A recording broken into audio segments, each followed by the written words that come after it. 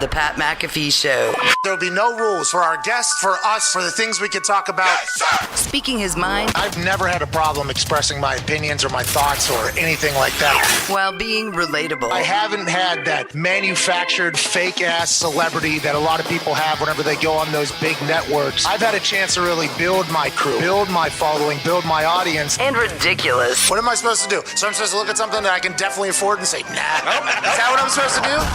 The Pat McAfee Show starts in 3, 2, 1. Good afternoon, beautiful people. It is risk-free same-game parlay Thursday Night Football Thursday, September 30th, 2021, and today's show starts now. Yes! Good yes by the boys at Talks the Table at Boston Connor and at Ty Schmitter here. The host of Hammer, Dahn. At Tone Diggs, the COVID Cowboy is also here. Then the boys in the back. We appreciate everybody for watching and listening wherever the hell you may be, whether it's on SiriusXM or at youtube.com/The Pat McAfee Show. It's a big fucking day. Hell yeah. It's a big day today. Mm-hmm. Oh yeah. We got a couple great guests today. Coach Luke Fickell will be joining us in the third hour. Whoa. Wow. Luke Fickell, head coach of Cincinnati, will join us in the third hour. Going to be a great conversation. Can't wait to chat with him. I actually got a chance to call UCLA Cincinnati, Cincinnati's home opener to the season a couple years ago when they were kind of in the process of beginning this build, and Desmond Ridder was young. And talking to him then about the belief he had in the team, getting to experience the team and chit-chat with the coaching staff, felt like they had a good culture. Now here we are a couple years later, number 7 in the country. Damn. Favored right now, as of now, favored going into Notre Dame this weekend playing against Notre Dame, University of Cincinnati is. So I can't wait to chat with them about the experience, the adventure, the ride, the joy it must be, and also, hey, how do you keep building on this, guys? Yeah. Also, in the first hour, we'll have Harrison Smith here joining us in about 36 minutes. Can't wait to chat with that absolute legend who signed I don't want a pocket watch, but a 4-year, $64 million extension in August. Oh, Jesus. Hey, Minnesota Vikings Pro Bowler stud. Can't wait to chat with him. And then in the second hour, we'll have scumbag Ariel Hawani. Come on. Great. Damn it. Do we have to? Yeah. Well, we don't. We don't have to. Can we put a red Could tint we- on his screen? That's as what well? I'm saying. I did the Hawani show, okay? The independent show that Ariel Hawani is doing now, okay? And I'm incredibly proud and happy of Ariel Hawani. You know, obviously he's Stooge. Yeah, Yeah, dirtbag. big time. We Big know that. time. We understand that. But I'm like incredibly happy for this man. You know, very happy for him. He asked me to come on the show. Second episode. I'm excited to do it. I can't wait, actually. I don't normally do these types of things where I'm not the one asking the question. Somebody's asking me. I haven't done this in a long time. I mostly don't do it because I think there's too much of me already. So if I'm coming on somebody else's podcast, like their listeners are now being forced to hear me. And I'm always me, basically. So I don't like forcing myself onto people. And there's too much of me to begin with. So I don't need to be doing all that stuff. But Ariel asked me. I felt honored. I did it. I enjoyed the conversation immensely. Got a chance to meet his team behind the scenes. Jamie, Jacob. Oh, Jamie. Young Jason. Jamie. Young Jay. Jay. Yeah. Baby Jay over there. Yep. He's a great guy as well. Then they put the video up this morning of the Helwani show, and they literally made me appear to be like I had just returned from a trip from the sun. He put a red coating on me, Kool-Aid Man, Heinz ketchup. You're talking everything red right over top of my entire body, not just my face, No. my arms, the entire thing. Oh, yeah. I already naturally run a little bit red, okay? I don't need you making me more red because now all the internet's saying, old cocaine McAfee out He's there. too bald. This guy, that's all they're saying. It's like, whoa, whoa, whoa, whoa, whoa. First of all, I'm Irish, okay? Second of all, I'm taking vitamins that are taking me the other way, pal. I don't need that. Have tried it a couple times. Not my thing. Absolutely hate it. I go the other way. But also, I am naturally red. You don't need to make me more red. And it goes out. Obviously, everybody, can't even listen. I'm opening up to Ariel. I'm telling, I'm having a good time in this conversation, getting a chance to learn, I think, about each other, Ariel, and it was good convo. And all anybody's going to take away from it is, there's old fucking Red Pat up there. I mean, it's like, golly, you listen to my words. People don't like listening to me to begin with because of my delivery, let alone if you're staring at the Kool-Aid Man, the Arby's. So I talked to Ariel this morning. Obviously, he's He told me he's colorblind. Oh, sure. That is actually what Good he told out. me. Wow. I'm colorblind. I'm so sorry. I didn't even know. I'm actually colorblind. I'm like, what an excuse. That is literally the excuse of all excuses there to get out of that whole thing. And I mean, it's just one of those I situations. just learned something. It's okay, makes you red. I don't know. That's what everybody in the comments and Well, Oh, yeah, all it those does. people, ipso facto, cokeheads then, because they would know. because you have to know. Call one. Takes one They to take know one. one. There it is. The only times I've ever tried that, I don't know if I turned red. Probably. I just remember like going for a long time, falling asleep, waking up, and feeling terrible about myself. And I was like, all right, never doing that again. That's and a then I side tried it again. And then, of course, I tried it again one time. And then same thing, up too late. What am I doing? Yep. Why is this happening? Yeah. Then fall asleep, wake up. What are you looking in the mirror? So it's not for me. I understand it is for some people. But whenever you paint me with a paintbrush, red, full on red for the thing, people are going to say a lot of things about me. And I don't like it because I enjoyed the conversation. I don't want to distract from the Helwani show there, but I do believe it is quite distracting as soon as you look at the screen. Yeah, absolutely. And it's fair. He's colorblind, but the guy who edited it isn't. We don't know. We don't know. We don't know. Maybe he is, but I hadn't seen you yet this morning. I was like, Jesus Christ, did Pat fall into a big vat of boiling hot water this morning? Did he get third-degree burns all over his body? What the hell's going on? I'm okay. Okay, yeah, it was good to know. He walked out. I was like, oh, geez, okay, he is okay. Joining us now, a man from his attic in Ohio who every once in a while, he doesn't look as great on TV because it goes out of focus. Yeah. Of course. Can't Yeah. see him. Which, by the way, if they would have just made me out of focus for the entire show, I think I would have been like, what are we doing? Like, you got a good show here. You're a good interviewer, Helwani. All anybody's going to talk about is how goddamn red I am right there. You want me to take it down, he said? I'm like, no. You take it down, it's even worse. Too late. But why'd you do that to me?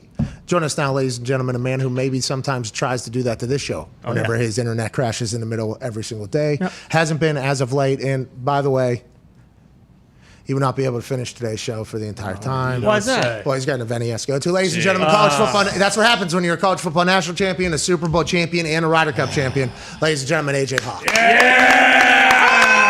Hey, we're talking about this. You look like a lobster on Ariel's show. Nobody knew you went on there. Can we at least post a screenshot somewhere? Can we see what it looked like? A little bit of a shot at Ariel there. What you just said there, nobody knew that I went on there. A little bit of shot at Ariel. He complimented you, obviously, in the middle I of should say no. Nobody you didn't post that you went on there. That's what I meant. Like, you didn't retweet what Ariel sent you? I did retweet it, yeah. I stared down the barrel of the gun. I retweeted it because I was so happy for Ariel, and I just set up an alley-oop to my followers, which, by the way, are a smart-ass, savage bunch. I mean, that is the crew that we have created, and as soon as that thing went out, they just started coming in bunches. I'm like, not everybody has to be viewing this the same way that my people are. So I went into the YouTube, into the comments. I'm like, oh, yeah, everybody. Sure. That's Yep. all everybody's thinking about. Thank you, Wait, Ariel. did just your skin look bright red, or did the whole screen? Well, you find he looks perfect. Okay, he looks perfect, and then it looks like it literally cut down the middle of the screen, and then a filter is just put on. Like, it looks like I'm a cartoon almost. I look like a red cartoon. That is literally what I look like, and I don't know why or how. It might have been a connection. Tech is a problem, but literally, just like we are right now, the boys, I don't even think listen to it. The only conversation is, how fucking red did this guy? This guy's red. Are you Goddamn okay? red. Look at that. Oh my goodness! Zoom out. Could you show Ariel too? Can we get if we could zoom out and find a photo where me and Ariel are next to each It's other? like exposure. What is that? Like what? Exactly. Exactly. It's hard not to talk about. I mean, you look like me when I'm out in the sun for 2 hours. I get burnt to a crisp just like that. I look like me, similar to you, less than like an hour, minus an hour or whatever. And it's like, I understand that. That's why everybody's telling me, hey, Pat, I don't know, one person, I don't know who this guy is, but he's dying soon because he doesn't wear sunscreen. Oh my goodness! Yeah, that's what I'm saying. Like, come on. I mean, he literally cooked me in there. Just one, because you can't go filter red on me. Okay, you can go filter blue. That'd be nice. You can't go any one slight filter red on me, or it's game, set, match with my complexion. I'm looking at the side by side right here, Pat, of the screenshot of you and then really you, because you're wearing one of your 50 black tank tops, which is perfect for comparison. Like, the hue of red that your cheeks are in this Ariel interview is unbelievable. Thank you. Like, it's so dark. Yeah, thank you. They had to have done it on purpose, right? That's what you're saying? I mean, is everybody out to get you now? First it was Stephen A, and now Ariel's doing this? Actually, it doesn't look like sunburn. It kind of looks like you were in Antarctica and your cheeks were exposed for 12 hours. Coughlin. Coughlin. Like Coughlin's Yeah. face. Yeah. What did that weasel Ariel say? Oh, it's the LED light in your studio. No, yeah, he tried blaming us first, and then he said he was colorblind, which I was like, oh, that's the perfect excuse in this situation. So if this is not real, great answer, I guess. He told me he Good was for Ariel. colorblind. So Ariel does everything. He shoots, he edits, he uploads, he does all of it. I don't know. No, he's got a guy. I think he's got a guy or whatever. Yeah, Baby J. Baby No, I'm J- sure whoever edited it, I'm sure he knew, but he probably for whatever reason, that's the best he could do. I'm guessing, right? Like whatever It's a the terrible connection job, and video. No, the guy has. This is the same guy, probably, or lady, I guess. But I don't think there's as many ladies that hate me in this profession than dudes. But it's probably the first take graphic designer It guy. could be. Yeah. Could be. Probably is the guy that made that logo, and then probably on the side, like I'll do. Maybe this is a thing I should think about, huh? And what's Ariel doing that for me? Yeah, What's that? exactly. Plus, if I'm he's glad he's doing a colorblind- show again. That was the MMA hour, right? He always has a bunch of good guests. No, the MMA hour is on another. This one is the Helwani show. Okay. It's on Spotify, I believe, and it is on his YouTube page, and it's called the Helwani Show. Good. I'm glad Ariel's free. He needs to be. I think I He saw a has clip of 7 him dancing. He put He up has the other day. 7 Did you see that? bosses. He has 7 bosses, I think. 6 bosses. Jesus. Well, he is. I guess the bosses he has let him feel like he can let his personality show. By bosses, that's probably not accurate depiction of what it is. He has, 6 people paying him right now. So I assume he has to, as somebody who has done these types of things in the past with multiple people, there's at least an email or 2 that you have to respond to, and a conversation has to be had. So I'm happy he's doing his own thing, the Helwani Show, what I was on, because that's his page, and he said like he enjoys that type of conversation, and he's very good at it. So that's why I'm like, it's not the MMA hour though, which is, goes right up against us every Monday and Wednesday. Which Can't have it. Won't have it. Fool. what's Can't that win all with about? it. What's it? Won't win with it. What's why? Well, I'm sure the guy that's making you red is telling him it's a great idea. Like, Mondays and Wednesdays, that you're guy's trying to crushing. sabotage everybody. Exactly. He's a fool. Or she. This is like the Yeah, good point, Connor. He or she, whoever that person is, we should try to identify that person. Baby J. It's Baby J. It's Baby J. They're a jester. Oh, so you met this person? Nah, screen was just the name. Yeah, voice of God. Yeah, it was just it was a blank screen with just the name across it. It was definitely a J name. I do remember it. And the last name, couldn't even Justin? guess. Normally pretty good. Nah. It was early. I had to do that early in the morning. Not an early morning guy, I guess. Turns me completely red. But anyways, let's talk about tonight, shall we, AJ Hawk? Because Shall I know you have to get on the road because you have a massive event to go to with your wife, probably a black tie affair where you'll have to eat shrimp cocktail with others and talk about your investments. Are you trying to guess what I'm doing? Yeah. No, I would never. Sounds like my nightmare to stand around dressed up Yeah, all talking right. about it. Do it every Last week. week. Stop lying. You were at dude. this last week, dude. You missed. No, different. I think you have a very weird idea of what you think I'm doing if I'm not here. Do you have a tailor? Do you think he has a tailor? For Yeah, sure, he has a right? tailor. Yeah, you 8 kidding of me? them. They got to get Tailor? the tailor because you got to be able to get the sport coat Correct. over the fingers that are Oh, out there. yeah. Damn They near should probably have to impossible. sew a hole in the coat. Yeah, absolutely. Yeah, he has a tailor. You Yeah, I kidding got a tailor. I go to the same guy that Ben McAdoo had in New York. Does everything of mine. Hair? Good tailor. And that was your draft suit, pretty much. me? Yeah, your draft Yeah, suit. you are correct, man. 2006, that thing. We were trying to get it as baggy as we could find.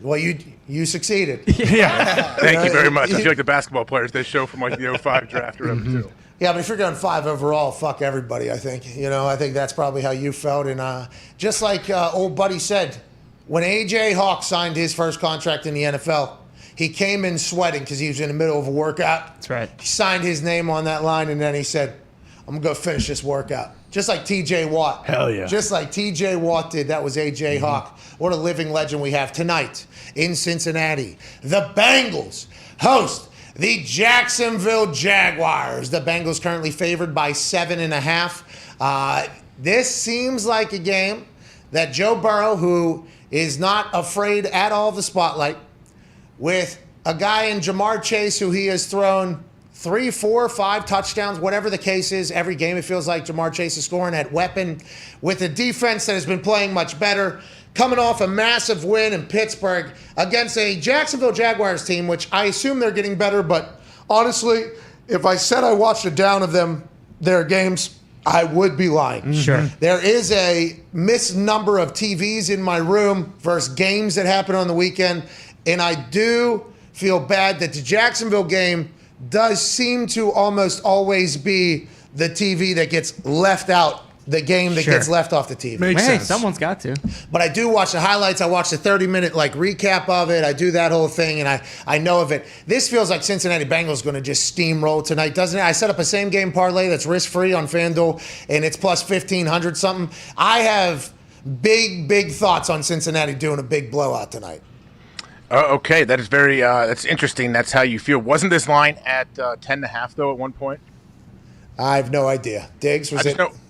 I know when I was trying to figure out who I was going to pick, I think I saw 10.5, and I was like, okay. And I looked at it. Now this is the first time I'm seeing 7.5. But guess what? I'm still going Jags minus 7.5. Plus 7.5. Plus, my bad. Since he's minus 7.5. Hey, by the way, if you want to take Jags for your record minus 7.5, we will also allow that. Nope. Nah, Yeah, not going to do absolutely. that. But Yeah. I was going to take Jags at plus 10.5, and then plus 7.5 feels like a lot. But you know what? I don't know. I feel like they can find a way to keep it. Are you looking at early lines and shit Wow. now? Like just a couple weeks ago, why are we even predicting stuff? Why, you guys popped them up for me. what's the purpose? What's the purpose of even thinking ahead about things that are maybe going to happen? Like that's what you were saying. Now you're looking at early lines, getting feels for things. What were you, 11-4 last week, 12-4 last week? Unbelievable against the spread. I do not love that I'm starting week 4 the same way. Finding yourself on the opposite side. The only reason I knew this because I knew that we were going to pick this on Thursday, so I was like, I better figure out who's playing Thursday night so I can make a pick. So I believe I said on Monday or Tuesday that I'm going to learn from my first couple weeks' mistakes. Mm-hmm. But the issue with this particular case and the mistake that I'm currently making is that I am still fading the highest percentage against the spread picker of somebody that picks every single fucking game, maybe in the history of the league at this point.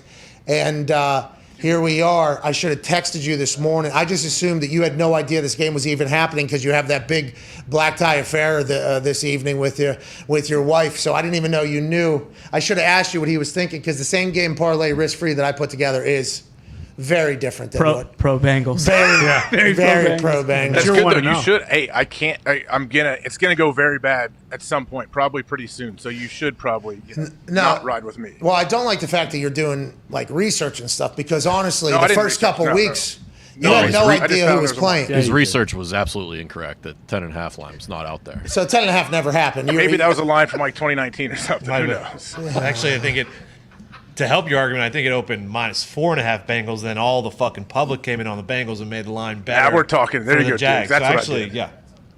All right. Anyways, so Zito did point out in my ear that same game parlay, risk-free same game parlay, that if you opt in, you'll get your money back. That. I mean, I've certainly lost a little bit of faith in here over the last couple of moments. Wait, what's the parlay again? What is it? No. because you took. This is a hit. You didn't take What the is it? Bengals. Yeah. Well, I heard AJ self-handicapping. Of course. Yeah. Which is what Zito said, hey, listen, do not let AJ slide with this self-handicapping he's currently doing, with it's all going to come crashing down at some point. You know? You're right. Yeah, you're right. You don't need to do that. But anyways. I'm saying that. I don't believe that, but I'm saying that to you. Just, to do that. That's very nice of you to pander. You're pander self-handicating. It's very nice of you. You don't actually believe it. You're just letting people know, hey, maybe there's some humility in here. That's very nice of you. I have a lot of respect for that move. Maybe there's some humility.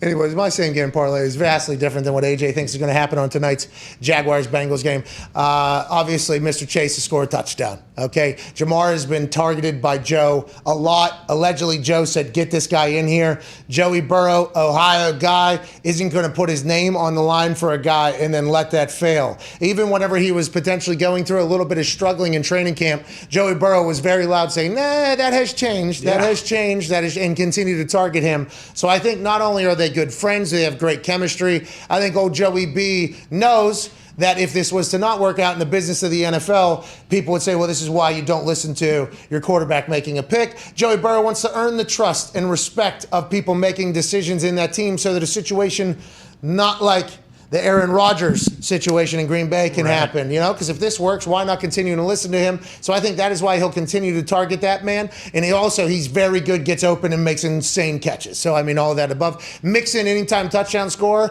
I guess the Jags are 30th against the run. Pass. Fuck. 4th against the run. Yeah, if you go by yards per rush that they're giving up, they are 7th. Doesn't matter. Mixon's going to score. Dude. Hell yeah. Joey Burrow over 250 plus yards. His over-under is actually 263, so we're getting 13 yards on that. That's good news. Mixon over 60 plus rush yards. Yeah, just heard the 7th against the rush, but they're going to feed that guy. They're going to feed that guy. Play action matters. Trevor Lawrence over 16.5 rush yards. Just like Danny Dimes, more athletic than you think. That's what we're going to end up saying, especially prime 10 game. He's going to be running for his life, and Cincinnati will win the game. Money line. Joe Mixon has gone over that 60 every single game because they have been giving him at least 20 carries a game. Okay. And that's at plus 1,524, so $10 bet gets you like $152 or so. Wow. Let's go. Not and it's bad. risk-free. You get your money back. Let's go ahead and do it. I do wish, because I said Bengals money line, by the way, so Jags plus 7.5 can still happen, and that whole thing can hit. So I'm pretty happy about that. And now I feel much better now after reading it back in, accessing the yeah, you get it. Assessing. Uh-huh. God, spelled the same. Is it? No, A-S-S-A-C-C. Ha! Those are the things that happen in the brains of the mouth that happen to me that are a problem. If I get hung up on that hurdle, I ain't getting up and hitting the next one. There's a chance that whoa. You know what I mean? Full stoppage there. But anyway, after assessing the situation, I feel much better about everything all of a sudden. We can both win. That's good news. Yeah, I like that parlay, especially at those odds. It's not crazy to think that could happen. I like that it's Cincy money line and it's not the spread. Now for everybody, plus 1,528, okay? That's a long shot. Yeah, don't be expecting to win every week on that one. All right. I am. Yeah, we are. That's right. We are. But when reality potentially hits, it won't tomorrow. But at some point, when this thing starts losing, which is going to be maybe when baseball season starts next year. Sure. Okay, this thing's going to go until then. Understand that you're getting a lot of bang for your buck on this because there's a lot of expectations that have to be met for this thing to hit, but it's risk-free. Opt in, get your money back, AJ. Let's talk about some other things happening around the NFL while AJ Hawk is still here before he has to go to his affair, whatever that is. Can't wait for everybody to be looking down at each other. All right, I'm excited for that. Do your thing. Look down on everybody else. Hey, you've helped build something really cool, man. You need to look down on people at this thing. AJ. You know what I mean? They might come up to you and say like, oh, hi, I fucking created natural gas or something like that. And then you come over and say, oh, yeah? I say incredibly toxic things on the internet every day. Yeah. If you could just get that in one time, I'd appreciate it, all right? Okay, I'll try to get my wife to film a situation like that. Bingo. That'd be a great commercial. That'd be a great commercial for the show. Look, hey, now we go. Maybe we win an Emmy for that commercial, which is probably going to be the people that are potentially at this thing. Anyways, right now, the story of the weekend is obviously Sunday Night Football. Tom Brady going back to Foxborough, taking on Bill Belichick. The GOAT Bowl, the Legacy Bowl, the everything that people will talk about for at least the next year or two until they have to play again or anything like that. It'll be chatted about of who deserves more credit for the success of the Patriots dynasty, which was the greatest dynasty in the history of professional sports. Everything from Tom and from Bill this week has been all kumbaya. There's been a lot of noise outside with a book coming from Seth Wickersham. Wickersham. It's better to be feared. It has a lot of quotes from anonymous sources within the Patriots organization saying Bill was an asshole and was mean, and Tom wanted to do stuff and everything like that. All these stories are coming to light because this is such a big fucking game conversationally for the long haul. Now, that has changed a little bit. Everybody was saying good stuff. Bill Belichick came out at his press conference when he was asked about the Tampa Bay Buccaneers offense, and this is how he responded. It's the offense he's run his whole career. Well, it hasn't evolved here, but, the running game is the running game. The running game is different, but the passing game is the passing game. It's pretty similar. You could call almost every play from the flare control to the protection to, similar to the way we do it. They fucking stole my offense. It's awesome. He's pissed. Isn't he? It sounds like he wants to win, that's for sure. That was a shot. That was a shot at the coaching staff down in Tampa. That was a shot at Tom Brady. That was To say you could call it, you could call it from the flare control to protection. Like to say that, like specifics. Like, oh, okay, that's definitely a shot. Yeah, that's a hey. They stole our fucking offense, so everybody's seeing all this stuff. But then the next follow-up question should have been, okay, so how come you didn't get like, all the weapons that they had down there? If that's the offense, because it seems to be, it looks a little bit different down there than it potentially looked up in New England. But obviously, Bruce Arians heard the massive shot from Bill Belichick there, which, by the way, I don't think anybody in football would take it as like a relationship ender or anything like that. But that is definitely a little bit of a promo shot. Bruce Arians answered back to that allegation. Well, I think they copied a lot of ours, so it's probably the same. Ask them which film they watch every week. They'll know. They always picked ours up and watched it, so it's the same stuff. It's awesome. This is a real thing, though. Like, that is why whenever people are talking about Tom going back and Gronk going back, like, hey, that coaching staff down there, I know a lot of them. There's a lot of scars that have been formed from Foxborough. Like, this is going to be a massive weekend, obviously, at Boston Connor, New England Patriot fan. How do you feel now, today, as we get closer to the game? Yesterday, I know you're getting a little beat up a little bit because people were singing songs rudely in your face, reminding you of a sad situation and a breakup that definitely happened. But how do you feel right now, hearing the Bills, like, we're going to be able to say every single fucking play they're running? That has to make you feel a little bit better, right? Not really, no. I still feel the same because, like you said, the players that they have on offense are extraordinarily different than the ones the Pats ever had. Maybe in the 2007 season with Randy Moss and Brady threw for 50 touchdowns. You can make that kind of case, but we didn't even have Gronk then. But we always talk about how it's a copycat league. Why wouldn't you watch, the most efficient offense, their tape? And on the same side to your point about the coaches, people forget Todd Bowles was the head coach of the New York Jets in the division for a while. And, the Pats did beat up on the Jets, still do because they stink. But I'm looking forward to the game. I'm very excited this week's almost over, because then we can never talk about this again. Todd Bowles, obviously Jets head coach and also in the NFL during the time of the Patriots dynasty. Oh, yeah. Bruce Arians, Pittsburgh Steeler, long time. Indianapolis Colt for a time. Then he went to the Cardinals, obviously, but a lot of scars there. Absolutely. With the Patriots during that time.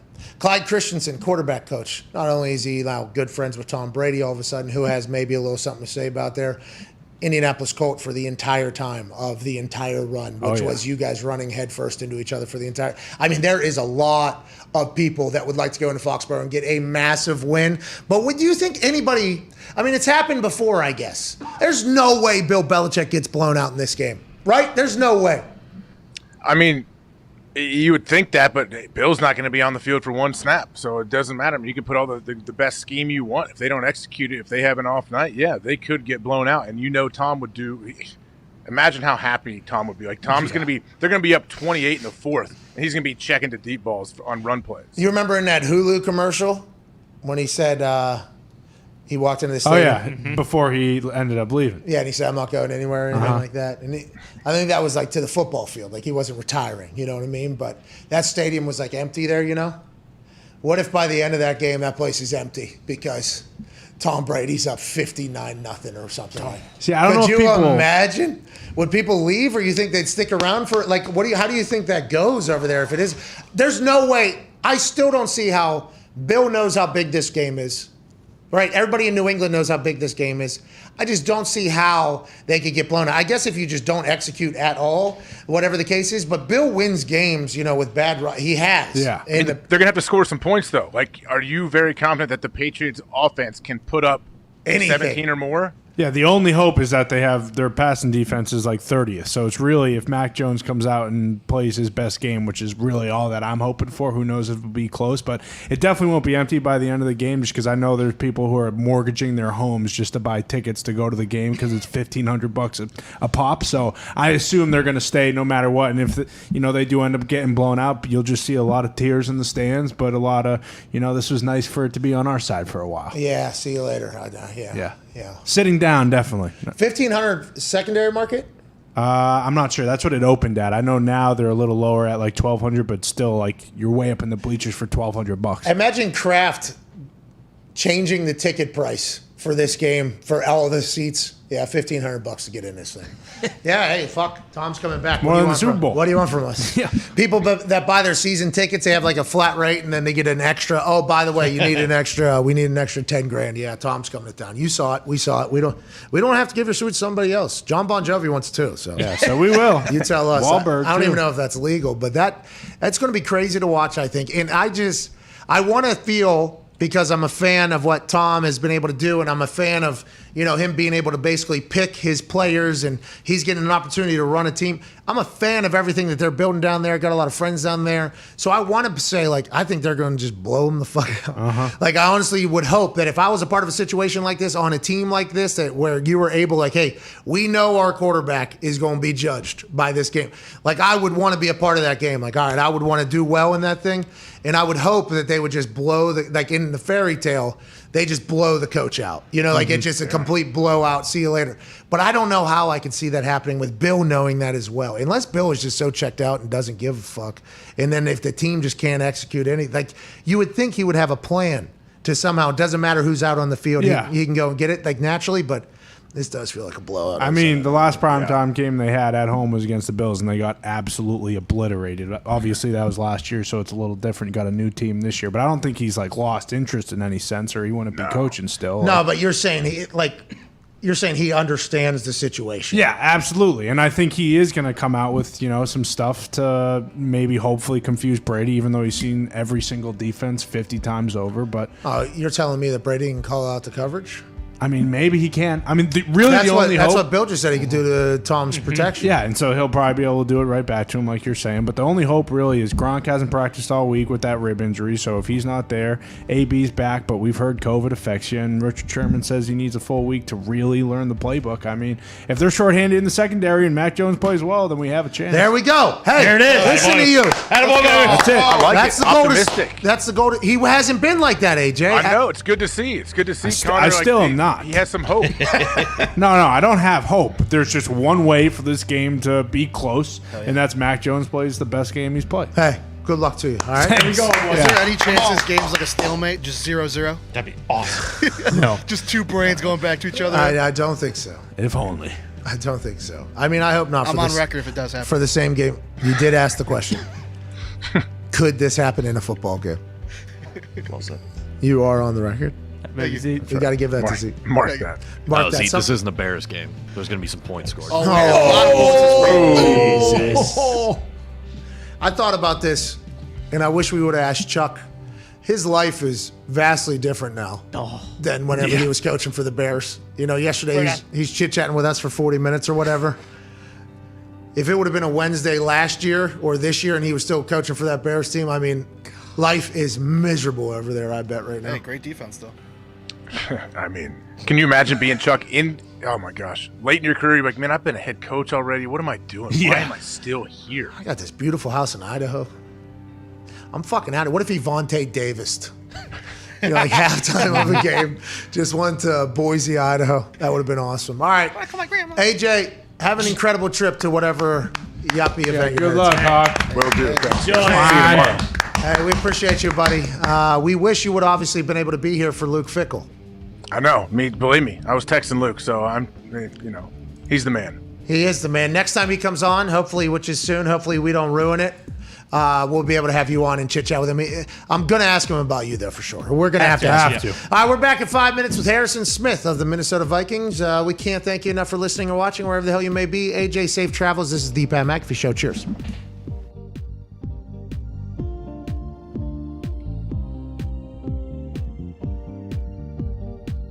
Whenever you're working on golf, do you still have the same routine that you had whenever you were younger now, or is it much different? And how often do you just go down there and just hit Phil Mickelson flop shots all day? But anytime you turn one sideways and you flatten it, you're like, oh, watch this. I'm going to do like Phil Mickelson does. And then you just go out there. Normally you either blade it, hit it straight up in the air to the right, or you somehow get lucky and it goes and everybody's like, oh my God. Incredible shot. Phil Mickelson. Wow. That's what that is kind of become, and I remember you hit the one over your head that one time. That was a mind blower from me. Is the short game something you've always just been good at, or are you good at it because that's all you work like so much on it at all times? when I was a kid, my dad had a little chipping area in our backyard and putting green, and so I would just go out there and hit balls because I couldn't really go to the golf course, and all I did was shots inside 30 yards. And it got very monotonous to hit the same shot over and over, so I'd go behind the avocado tree. I'd go back around the other trees and bushes and rough and so forth. And so I would get creative as a kid hitting those shots. And you kind of learn a couple of things. But what I would say, Pat, is that there's really only one way to chip effectively, because you're coming in with no coverage on the ball. You're coming in with so much loft that the leading edge is coming in first. So you have to have your weight forward. That's it. You have to have your weight forward and drive the club down into the ground. And most people, when they do that, their hands either come back or their weight comes back and the leading edge comes up and blades it. Now, you can kind of flip your hands a little bit if you have a good lie. Like if the ball's sitting in the first cut or it's sitting up, but that technique will not work all the time. And so that's why I prefer and believe that the technique where you have your weight forward, your hands forward, and you drive the club down to the ground will be consistent every time. So lay that club flat, move that ball off your left toe, get that ball off your front left, there you go, and open that face flat and just drive the club down into the ground. The ball will pop up like a gem. I think I'm a scratch golfer. Let's go! I think it makes sense, by the way, that your childhood was spent within 30 yards of a green. My childhood was spent kicking a soccer ball off the side of a house. Worked out for me. It's worked out for you much better. What's the most beer you did in one night you think of one of those shows? Well, I never forget when we went to Japan one time. Dudley, Stacy Keebler. I mean, there were so many people out there. I think we went through 103 or 108. Now, between just for myself, I'd always make sure to have about a 12 or 18 pack there. And, here's the thing when some people say, oh, shit, man, you got too much of that beer on, you don't even know how to drink beer. It's like, dude, fuck you. You don't know what I'm trying to do. I'm trying to entertain 20,000 people in an arena. If I just go out there and sip it real properly, how fucking exciting is that? So when you're out there on an empty belly and you're shotgunning beers and all that shit's going in, the half that was going in was for me. The half that was going on was for them. Nice. But I'm telling you, Pat, when you shotgun a bunch of beers like that and you're drinking about half of each beer, you got a pretty damn good buzz when you come out. And that's a sacrifice I was willing to make every single night. I would assume you were pretty fucked up, yeah. When did you start self-cheersing? When did you start self-cheersing? Was that something you did in college? You're like, hey, Steve, good for me, man. Like, when did that start? No, you know what? I got to give credit to Sandman for starting that, but he was bashing him off his head, and I don't remember, and it wasn't because Sandman was doing it, so I don't want to say I copied him, but he was the first. So, and then my style was, because people always get us confused. They'll say, yeah, man, you used to bang them on your head. No, motherfucker, I was the guy that clacked them together. It was just something we came up with. I don't know how the beers got introduced to the ring, but it became a thing, and we ran with it. This is the Pat McAfee Show on Sirius XM Mad Dog Sports Radio. We thank you for taking the time to seek out this small regional show that streams internationally. Here's Pat. Welcome back to that show here on this risk-free same-game parlay Thursday Night Football, Thursday, September 30th. Hell yeah. That really rolls off the tongue. It does. Truly. Currently have a same-game parlay at the top of the FanDuel Sportsbook that is risk-free. You put $10 on it. We win $152.80. Damn. If we lose, they refund it. Oh, nice. Yeah, it's a win. It's a win-win. Win-win. You got to opt in, which I don't think any of us understand. Nah, but you're opting into a bunch of stuff that you don't understand already. It's a win-win opt-in. There you go. Bang. If you opt in, win-win. Mm-hmm. Anyways, we're back. We're supposed to be joined by incredible safety for the Minnesota Vikings, 5-time Pro Bowler Harrison Smith, but I'm not 100% sure. Ladies and gentlemen, an absolute stud, a guy that flies around, a man that signed a 4-year, $64 million contract in August. Dang! You know why? What's that? Because he's fucking good. Ladies and gentlemen, Harrison Smith. Yeah! Woo! Hey, what's up, boss man? How's it going? Hey, did you hear the intro? Hitman, is that your nickname? Yeah, Paul Allen gave it to me, our game guy. Yeah, we were about to say, you fly around. I mean, you absolutely... I mean, you're an old school throw. I mean, you hit the hell out of people. And at safety, obviously, you have to do that every once in a while. And we were just talking about, before we got on air, about how you disguise coverages and everything. And did you know immediately out of Notre Dame that you were going to take to the NFL game so well? Or is this as you've grown in experience, you've realized you can do more shit? Because you're electrifying to watch before the ball is snapped and then immediately after the ball is snapped as well, which would be the entire time you're on the fucking field. So has it always been this way, or is it kind of you've evolved? It was, it was definitely an evolution, and I think I was just kind of figuring out the game my first couple years. But once Zim got here, he likes to get his safeties down in the box, getting deep, and he likes it. There's been a few times where he's like, all right, you got to chill out. You're doing a little bit too much before the snap. So there's a good balance there. And as you play more and more, you understand why to show certain things, because sometimes you could just be showing and it doesn't make sense and it's not tricking anybody.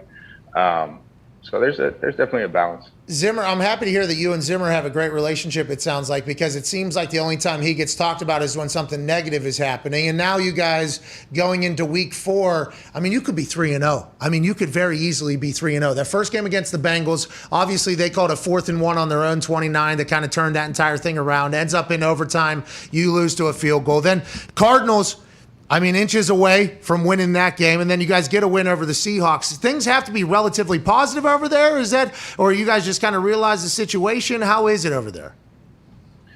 Yeah, there's in the NFL, every game, almost every game comes down to a play here, a play there. So when you don't win those, it still counts a loss, just like if you got blown out. So you have to understand how important capitalizing in those moments becomes as the season goes on. So we're 1-2. You can say we could be 3-0, 0-3, whatever. We're 1-2. So we got to deal with it from here on. That's a very I'm super focused mindset right there. Because if I was in that locker room, corporate answer. Yeah, no. Well, if I was in that locker room, I think my big thing would be, boys, we're 3-0 right now. That would be me in the locker room while you guys are getting out of your incredibly hard meetings and long practices and your bodies are sore. I'd be just bouncing around like, hey, boys, we're 3-0. Hey, fucking 3-0. Don't let's not worry about it. But I like the fact that, it sounds like Zim and the Hitman got this place dialed in there tight. Well, Aaron Rodgers has been very complimentary of you your entire career. And he talks to us, obviously, weekly. And after listening to him break down plays, he designed this one out to a tight end and this whole thing, like listening to him break down plays and his memory of things. I feel like a compliment from him means a lot. Is it like you're playing chess against those great quarterbacks that are cerebral and trying to break you down, or is that week different? Is there certain guys that maybe we don't think about that are also like that don't get enough credit, you think? There are not a whole lot of guys like Aaron Rodgers. So okay. There's top tier guys, but I'm not going to put anybody over him in that regard.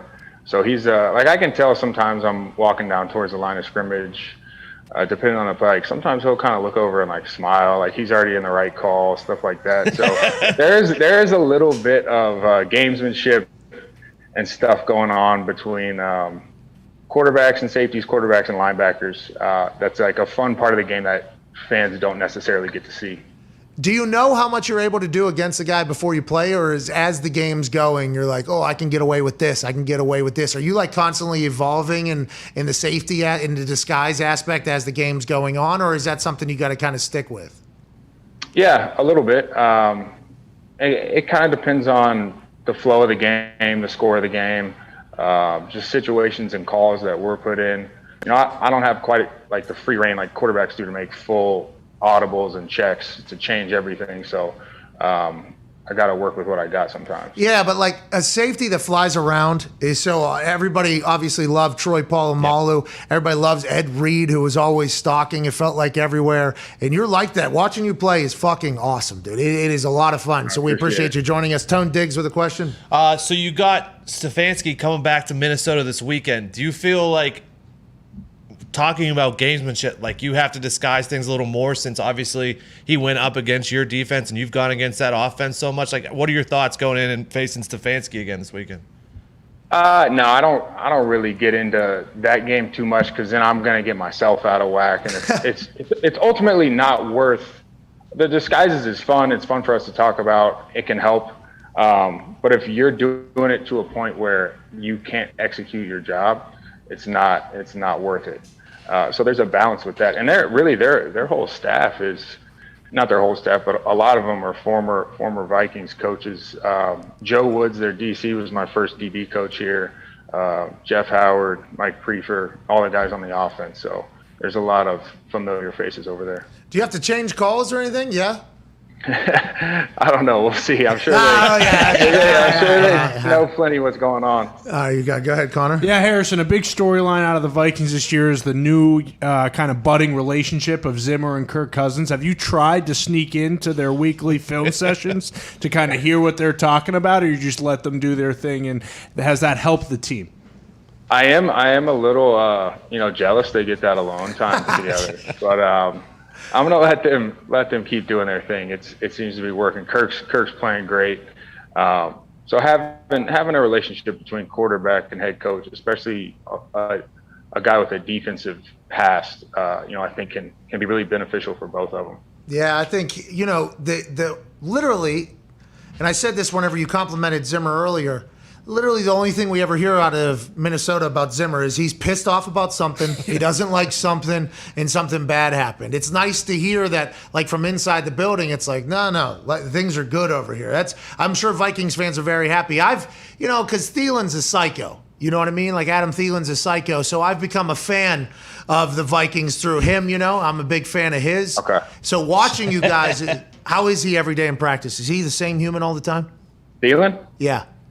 Yeah, he's pretty consistent dude. Honestly, probably the most heated he gets is if he hits like an errant tee-ball on the golf course. Yeah. He gets hot. Yeah, that's where I saw him. That's where I was with him. I was Okay. on a golf. I missed a putt for us to lose a hole. Oh my. I bet he was furious. Oh my. I didn't talk to you. Yeah, he came back around. I had to make a couple Yeah. to earn and bring him back into my good graces. But I remember thinking, like, oh my God, how did this guy not get invited to the combine? How did this guy not get his competitive level is just insane. And I think that's really what separates, in the NFL and in life, the people that go on to be great, and the people that are good or whatever. You have any hobbies? Anything you do off the field? I've gotten into golf pretty heavily. I picked up flying earlier in my career and spent a lot of time doing that. Since I've kind of caught the golf bug, I've pretty much just done that like every chance I get. So we'll have to get out there sometime. Are you flying by yourself? Yeah. I haven't been up in a little while, but I was into it pretty heavy. I got my instrument rating and everything. So I was pretty legit. Did you just get car sick every time? You're in those little tiny little planes, right? I mean, that's what you got to go to get in there, and you're just flying that thing around. That had to be awesome, but you're not scared to death of that thing? Is there not that thing's like what the Wright brothers flew, right? Like that's what you guys are, right? Isn't that one of those tiny little planes? Yeah, it's honestly, it's just a little more advanced, but like honestly not much than what the Wright brothers flew.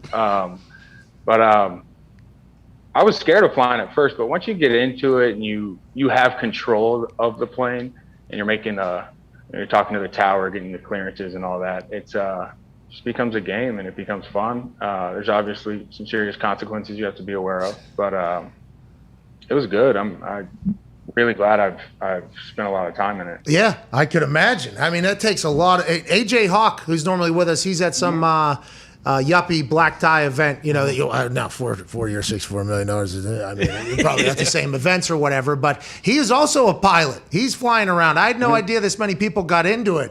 It seems like something I'd be scared to death of. Go ahead, Ty. Harrison, when you look at a guy like Rodgers and you hear like all this shit in the offseason about like, oh, he's going to be gone, all that kind of stuff. Like obviously guys in the NFL move from team to team all the time, but is that something that you would actually like maybe pay a little bit of attention to this offseason? Like, oh, this guy might not be in the division anymore, or is it one of those things where it's just like you like playing against him because it is such a challenge?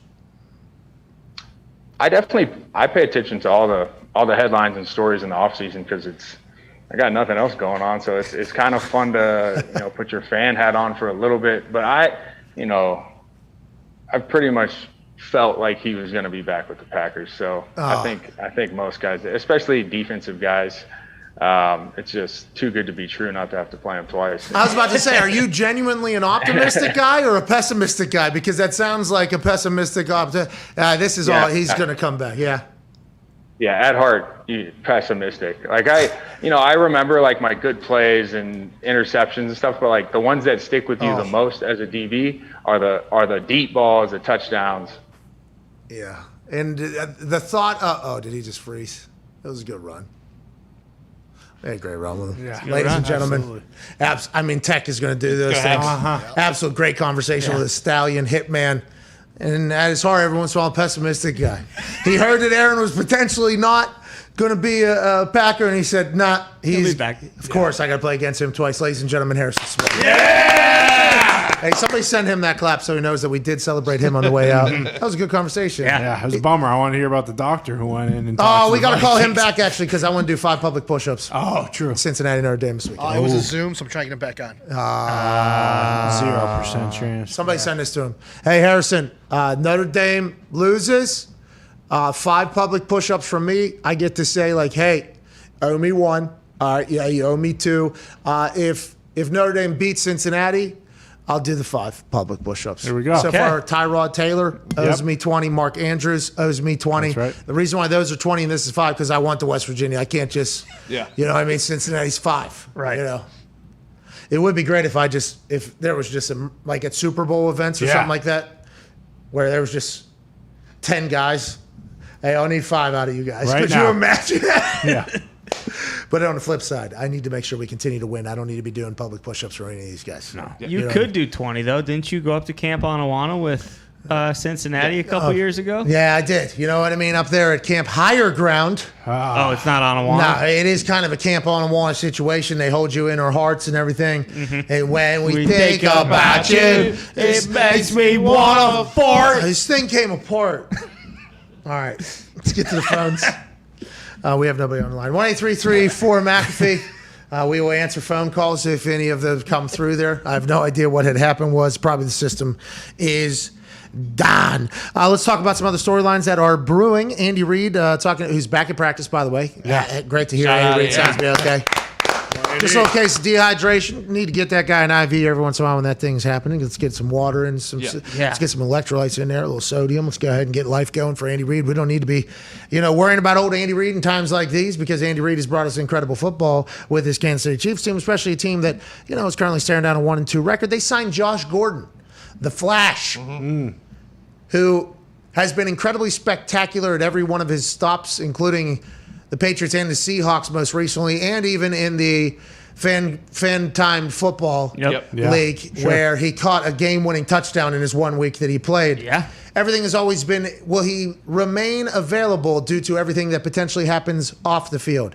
It sounds like he has gone through everything he has had to gone through. It feels like everybody that knows him says, hey, this feels like a different Josh Gordon. He's still got a lot of great years ahead of him, but he will not be back for this week. It might not be for a little bit, says Andy Reid. So I don't know when Josh Gordon will come. But, of course, the Andy Reid-led Chiefs will get another weapon probably whenever games start to matter even more down the road. We talked about this a little bit yesterday. He's only 30, and he hasn't been taking hits in the last couple years. But, how long do you think? Do you think he's been working out and stuff like that, or when you are going through all this personal stuff, how much of time is he dedicating to his body and staying ready? Yeah, I have no idea because I don't know what he does in his off time. I think a lot of it has been smoking, right? I think drinking, I don't know. We haven't really learned drinking and everything like that. So when you're not doing that, what are you doing? And then if you're doing that, all of that stuff. And by the way, this is coming from somebody you're probably not at your best. So if he's able to put all that stuff away and focus strictly on football, which is what everybody has said, it feels like the freak athlete that is Josh Gordon is going to be able to shine and come through. I don't think his body has lost it. I don't think it will lose it. And the lack of hits, I think, is good. We just got to hope he maintains on schedule. And I know it can be hard. I know it's going to be difficult, but not everybody gets to play in the NFL. There are some rules, even if you think they're stupid, like a lot of us, you got to abide by them. I also heard that the zippers of the fantasy football league run a pretty tight ship. So okay, yeah, because he had to come in there. He had to attend practice and everything. Yep. Zappers. Yeah, fucking zappers. You asshole. And that's exactly what it was called right there, actually. Hour 2 is on the other side of this beautiful break. Ariel Helwani, the scumbag, will join us about 15 minutes into the hour. We can't wait to chat with you then. Hard work throughout my entire life, whether it was driving me to practice, to go to work, the coaches that invested hours in me, everything I have done to get to this point. I got a whole town, a community, a family, a tribe of people watching me potentially live out my dreams that we all thought was going to happen. And when I get to Rock, I get a chance to carry 8 motherfuckers that are playing for a team that is in the city that I went to college in. I carry 8 people, have the biggest moment in my football career, maybe make a team, if not with the coach somewhere else. Hey, that guy's got juice, let's do it. Change the entire direction in the course of my family's life. I can't be excited though. No. Don't even think about it. Don't you fucking dare. Are you kidding me? All that just happened and everything I just said there and more is potentially happening in that one play? Don't even fucking think it. Get your fucking ass back in the huddle. You know Barry Sanders? Hey, Barry Sanders, he'd score a touchdown and he would just hand it to the ref and then he was gone. Why don't I? Well, Barry Sanders also won the Heisman, right? Yeah. It was also like the all-time leading scorer in this whole thing. Barry Sanders was unbelievable, worked his ass off. Let's not get crazy. And Barry Sanders had the ability to act like he had been there before because Barry Sanders, by the way, had fucking been there before. And maybe Barry Sanders, the way he goes about business isn't how everybody goes about business. Maybe there's a lot of different stories, a lot of different situations, a lot of different life events that lead to somebody acting differently than somebody that just acted, almost robotic while being one of the most exciting and electric players in the history. Got nothing but love for Barry Sanders. Let's not get crazy. But there's a lot of people tweeting, act like you've been there before. It's like, you think this motherfucker's been there before? This dude just carried 8 people and maybe changed the entire life. He can't be excited. Aren't we a game of emotion? Aren't we a game of excitement? Why is this a fucking penalty? Hey, Goodell! Hey, eating your M&Ms, sitting on the chair, being cool. You became my commissioner. You weren't my commissioner when, hey, you dance, you're fucking out. Your sock slide, you're fucking out. We don't want anything. We want robots, no emotion. Everybody hated you then, Raj. All right, everybody hated you. And nobody understood why you're trying to take the fun out of the game. You're doing it because you want to be able to just pluck and play. You didn't want to have players be brand names because then you could replace them easily. Okay, I understand the business side of it, but we all agreed, the tribe has spoken, that the game's better when people are excited. Some things are too much. All right, some things are way too much. There were some dances that happened that looked a little bit more like basketball, where we're all like, there's no way that can happen with a full line dance. We get it. There was some. But it added to the game. The excitement added to everything. Now taking away this and making it a point of emphasis. And I'm not saying that there should be if something egregious happens, they should penalize them. Yes, please. It's not for the good of our game, not for the good of the league, not good for fans, not good for anybody. I understand that's going to happen, but a point of emphasis means, hey, we're cracking down on this because we don't want it to happen anymore. And why are we targeting that as opposed to targeting something else I'll never understand? My commissioner, Roger Goodell, is going to get to the bottom of this if Sam Acho doesn't do it first. Yeah. That opening kickoff in that Super Bowl you're referring to with the Colts, Hester takes to the crib. You having a little bit of a heart attack there? Very bad decision, Pat, on my part. All week up in Indy, we're practicing, and we know he's their number one threat. They don't have a lot of offensive weaponry. They win with defense and special team. So for the whole week, we're in Indy. We're not going to let him touch the ball. We practice squibbing to the corners, bouncing the ball, high kick, pop-up kickoff, punt it out of bounds, everything to not let him touch the ball. We have a chapel service, and the chaplain talks about David and Goliath, and he says, hey, the reason David beat Goliath, he wasn't afraid. Everybody else was afraid. David ran right at him, threw it right between the eyes, and it was over. And I started thinking, we're acting like we're afraid of Devin Hester. So I told the team on Saturday night, I hope we lose the toss. We're going to kick off. We're going to kick it right down the middle. When we pound him, they'll know we mean business. David and Goliath, it's going to be over. We kicked it to him. 12 seconds later, he's in the other end zone. He's looking at me saying, what idiot decided to kick the ball to Devin Hester? But fortunately, the last 59 minutes, the team made up for it. Wait until they see The tone we set on the opening kickoff. Yeah, that was it. I bet you Vinatieri was sitting there. I don't know if that's such a good idea.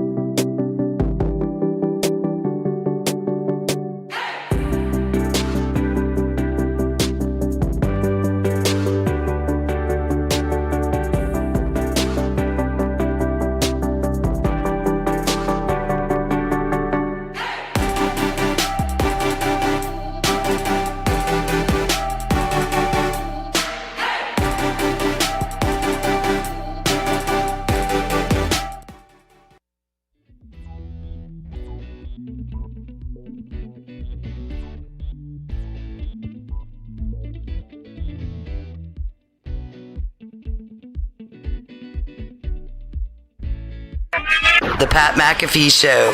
There'll be no rules for our guests, for us, for the things we can talk about. Speaking his mind I've never had a problem expressing my opinions or my thoughts or anything like that. while being relatable. I haven't had that manufactured fake-ass celebrity that a lot of people have whenever they go on those big networks. I've had a chance to really build my crew, build my following, build my audience. And ridiculous. What am I supposed to do? So I'm supposed to look at something that I can definitely afford and say, nah. Is that what I'm supposed to do? The Pat McAfee Show starts in 3, 2, 1. Welcome back to that show, hour 2 on this risk-free same-game parlay that is now plus 1,600 odds. Thursday starts now. Shout out to Twine for that beat drop. Shout out to you for listening or watching wherever you are. In this hour, we'll chat with Ariel Helwani. God damn it. At Tone Diggs is here, host of Hammer Dahn. At Boston Connor and at Ty Schmidt. Tone, let's chat a little bit about the gambling for this evening. Obviously, my risk-free same-game parlay, you bet $10 on it. If we lose, you get your $10 back. You're refunded. If we win, you win 160 big ones. What is the money looking like for this evening in this game? And has the line changed? Even though AJ thought at one point that the Jaguars are plus 10.5 on this Thursday in Cincinnati. That was not true. But has the line moved? And what has the line been saying to us and how this evening should go? So it's 75% of the money is on the Bengals tonight, which is not a surprise. They have looked like and are the better team this year, obviously. It hasn't really. It's been 7.5 pretty much all week. So it hasn't moved off of that. Obviously, the half there is a big key because the key numbers are 3, 7, 10 in the NFL. That 7.5 does make the Jaguars somewhat enticing if you like them, but I ain't going to do that. Well, 25% of the money as well, so you would assume that means the house has 25% of the money as well there. They do not want to lose. No. They do not want to lose at all in this particular thing. So you would assume that the sportsbook would know something that we don't. But to be honest, do we know anything about this fucking Jaguars team, dude? Nope. They were winning that football game last week. Obviously, they got the kick at the end of the half until Trevor Lawrence threw one of the worst interceptions of all time for pick 6 for the Cardinals. So are the Jaguars much better than people are giving them credit, you think? I don't know. Are they better than the Jets? Yeah, I think so. I don't know. I don't know. Because everybody's saying the Jets are by far the worst team in football or whatever. It's like, I have not watched enough of the Jacksonville Jaguars. All I hear and watch is that 30-minute little clip together. I don't know the flow of the game. I don't know who's doing what. I don't know decisions that are being made by Urban in the NFL yet. I should, I guess, look into that more. That seems like that's something I should look into. But other than when they're on Thursday Night Football, Who cares? You know? Yeah. Not watching. Trevor Lawrence and Zach Wilson both lead the NFL in interceptions at 7. Joe Burrow's tied for second with 4. Or third, whatever it is. A lot of numbers there. Yeah. First, second, 3, and 4 was all in there. Because you don't know if it's golf rules. Yeah, because you don't know if you want more or less. T2 or T1, T1. Yeah, but 3. also whenever you're golfing and it's match play, though, you want to be up points. Correct. True. You know. True. That was a little bit of the thing my wife had to go through watching the Ryder Cup. Thought we weren't trying to get points. But well, they're 1 up. Don't you want to be down in golf? Typically. Down on the hole. That's a good point. Up on the score. And why in baseball do you go from the top of the inning to the bottom of the inning and then go up? I don't know. You think it should be like snake draft? Well, yeah, typically you go down then up. Yeah. Mm-hmm. Well, that's what I'm saying. But Yeah, continues. but it goes. But it goes up. But it goes up, down, up, down. Up, down. Yeah. Why does it do that? I don't know. That's a good question. And why do you park in your driveway? Good question, too. And you drive in your parkway. What's the big idea? Anyway, so we all got the Bengals tonight? Absolutely. Against the spread? And the over. So I have them in my same game parlay money line. That's the only way you can take Bengals in a money line is if it's in a massive parlay or whatever. Are you giving away your hammer down bet right now? Have you made your decision for tonight? I have made my decision tonight. This is one of the hottest gamblers on earth. Here we go. Not only did AJ Hawk, who went 12-4 this past weekend against the spread, and that followed up against I think 11-5 the previous week or whatever. Maybe the hottest against the spread picker on earth, AJ Hawk. He said Jaguars plus 7.5. I thought that was going to fuck me, but then I remembered that the Bengals money line is what I picked, so that both of us can win. So we're still in the money for the same game parlay. Tone Diggs hosts a Hammer Down, one of the hottest gamblers on earth, looking at a game tonight that a lot of people say in the long run we'll look back on and not remember at all. Bengals versus Jags, unless the Jags beat the Bengals and the Bengals end up one game out of playoff contention. That's how this game will be remembered. This is one of those Thursday Night Football games where the host of the Thursday Night Football kind of got fucked. This game is not really one that there's a lot of buzz, storyline, or energy on. All anybody's talking about is Tom and Bill on Sunday. There's an NFL game that's kicking off week 4 tonight. Joey Burrow can come alive in front of his Cincinnati crowd. The Ohio guy can ball all over the place. Or will Trevor Lawrence and Urban Meyer returning to OH? a place that he is beloved and has won before. Is that where he'll get his first win? What are your thoughts on this? Tone Diggs, host of Hammer Dahn. Bengals, much improved defense this year. Now, they've played the Steelers and the Bears, who are not two of the top offenses, but they did very well also against the Vikings. They are top 8 in every defensive category in the league. Jaguars are bottom 8 every defensive category in the league. The Jaguars have scored 7 points in the first game in the first half, 7 points in the second game in the second, or in the 7 points in the first half in the second game, and then 13 points in the first half in the third game. But some of those points came off of a kick six. Mm-hmm. Agnew. I'm taking the under 9.5 Jaguars points in the first half. Wow. Okay. What a bet. Thank you for the explanation. That is why Hammer Dahn is the best. A lot of sound reasoning there. Thought he was potentially going Bengals minus 7.5, but instead it's no. I still like bad football, and I'll tell you that the Jacksonville Jaguars play bad football in the first half of games. Under 9.5 points scored for Jacksonville tonight in the first half, and your bet hits. Yeah, I'm doing first half strictly because I don't want the Bengals to be up by a bunch in the second half and then garbage time touchdowns and stuff like that. Also, Trevor Lawrence leading the league in interceptions. I don't know what the number is, but for him to throw an interception tonight, maybe a sprinkle there. I also think that Trevor Lawrence will rush for more than 16.5 yards. Yeah. Because Trevor Lawrence, with that revamped defense of Cincinnati, now this is coming from somebody that has not watched any game other than the highlights or lowlights of the Jacksonville Jaguars. Yeah, sure. Any play. Any part of it. There's been a lot of of lowlights. Couple highlights, though. Trevor Lawrence throwing the ball in a Few. good spot. But I'm just saying, I don't know the word around town about the Jacksonville Jaguars defensive line, but if it's a rookie quarterback who's potentially going to be hesitant with his reads and everything like that, which Trevor Lawrence still is, even though he's number 1 overall and has been the number 1 overall pick in the NFL for the last 10 years, ever since he was in like grade school, basically. I assume he's going to be moving a lot, and we're going to have the conversation. He's more athletic than we give him credit for. He's going to rush, I think. And by the way, that's a bet. That's a prop that can live till the very end. That's right. All of the ones you have. All can live until the very end. All you need is one big one. All you need is one Mixon pop off through his first round. Mixon, by the way, flies. Oh, yeah. I think he's second in the NFL in rushing right now. He's had a very good start to the season. And they feed him. Yeah. Oh, yeah, they do. Nobody on earth, I'd assume, including maybe even Urban Meyer, assume the Jags are going to win this game, though? Is that kind of how is that the overall feel? That's what it's like. I can live with a backdoor, like a Jacksonville backdoor cover. I can't live with betting on Jacksonville to cover and then just watching them get fucking blown out because I've watched them play and how bad they've looked. It's you can't put money. No, yeah, I can't bet on the Jaguars. You just can't do it. And if they do somehow, keep it close and even win, then I'll be singing a different tune. But it's just like you can't. I don't know how after watching them you can be like, oh yeah, my money my hard-earned money is going on the Jaguars. Can't do it. That's unbelievable. Trevor to throw an interception is minus 225. I will not be taking. Not good on. I mean, minus 225 for a quarterback to throw a pick. What's Burrow? How about the sports book? All the sports book probably had some number. We will not go below this for an interception. We can't. And then they watch Trevor Lawrence and they're like, minus 225. Yeah. Put that thing. Have to.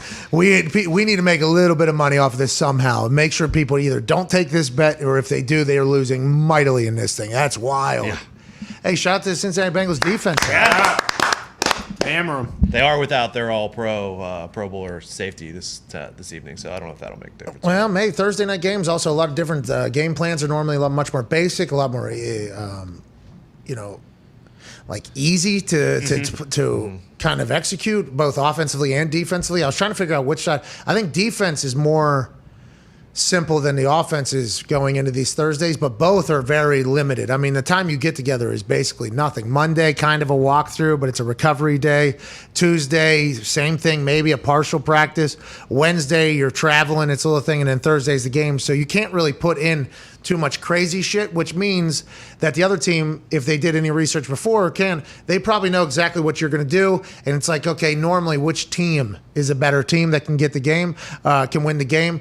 People don't have enough time to recover, though. A lot of people still banged up, a lot of injuries, but then that 3-day weekend on the other side is great. That's the Thursday night conversation, basically, in a nutshell. Well, and it seems like with the Bengals, too, like I mean, I'm sure they expected to win last week, but like that's a huge win going into Pittsburgh and winning. And I don't feel like there's going to be a letdown game because now they really have like an opportunity. It's like, hey, if we really do want to go make the playoffs, like we can't be dropping games to teams like Jacksonville. Joey Burrow, I think's got it, by the way. Yeah, absolutely. The it thing. Yeah, they got the team around him too. I mean, they have a lot of weapons. Yeah, they're going to have to protect him, but it feels like after a big win, they're not going to be a team that's just going to drop off. Right. Like, it feels like the Joey B factor is like, no, we keep going. Now we go. You know what I mean? It feels like he has that in him, which is, you're hoping, by the way, that people have that in them. What's going on? Jacksonville's 30th in the league in sacks, so that's.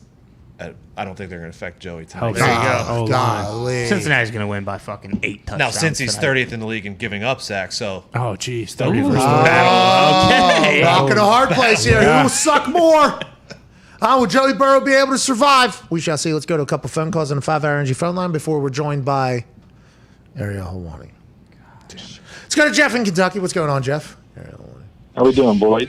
Hey, not too shabby. I'm very happy to be talking to old Jeff down there in Kentucky on a 5-hour energy phone line. Go to 5hourenergy.com. Use promo code McAfee. Get 10% off your order. 15 flavors. It is delightful to drink now, and also full of energy. 5 hours worth, actually. What do you want to talk about, Jeff? All right, I got 2 things for you. All right. Real quick. Okay. Do you think this Arizona Cardinals team's legit? Yeah. And another thing, I think Notre Dame's going to squash Cincinnati this time. Oh! Why is that? Because Kentucky has like a little rivalry with Cincinnati there because they're right on the border in the river there? Yeah, we don't like them. Okay, yeah, I thought so. It sounded like there was a little bit of bias in there, and I hope we'll get to bring that up to Coach Fickle, obviously, because he's representing Cincinnati, but right across the river there is Kentucky. People that live in Cincinnati some people work in Kentucky because it's so close there, that area. Oh. I think Pac-Man actually has a pizza place in Kentucky and in Cincinnati because it's right across the bridge there. Huh. Anyways, I do believe the Cardinals are a team, mostly because I believe that Kyler Murray and DeAndre Hopkins are on the same page. I think they are friends, probably very close. I think Cliff Kingsbury has shown a different level of intensity. You know, he was always super cool. We heard on Fly-By Coach. Flying Coach. Fly-By Night.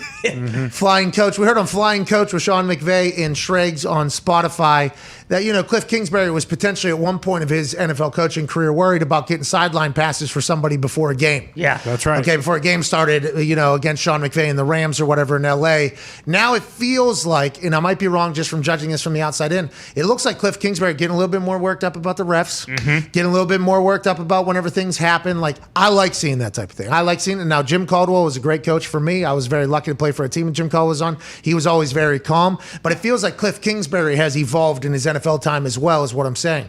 That team Very talented last year. Felt like there was moments where they weren't consistent. That's what Kyler told us. They weren't consistent every single day or in the games. I think this year is a different year for the Cardinals. Well, and I wonder if it was, I don't know if he was, but you could have argued that if they don't make the playoffs this year, if they go 7-10 and are very inconsistent, and they might have fired him. It's like, hey, we have the first pick. We did all this stuff. We paid all these guys. Now is the time. You guys, you've been here 3 years. You better fucking show me something. He sells that house for a lot more than he bought it for. Yeah, absolutely. That Cliff Kingsbury Definitely. Drum Lord mansion that he had on the draft where he was the coolest looking human on earth. Yeah.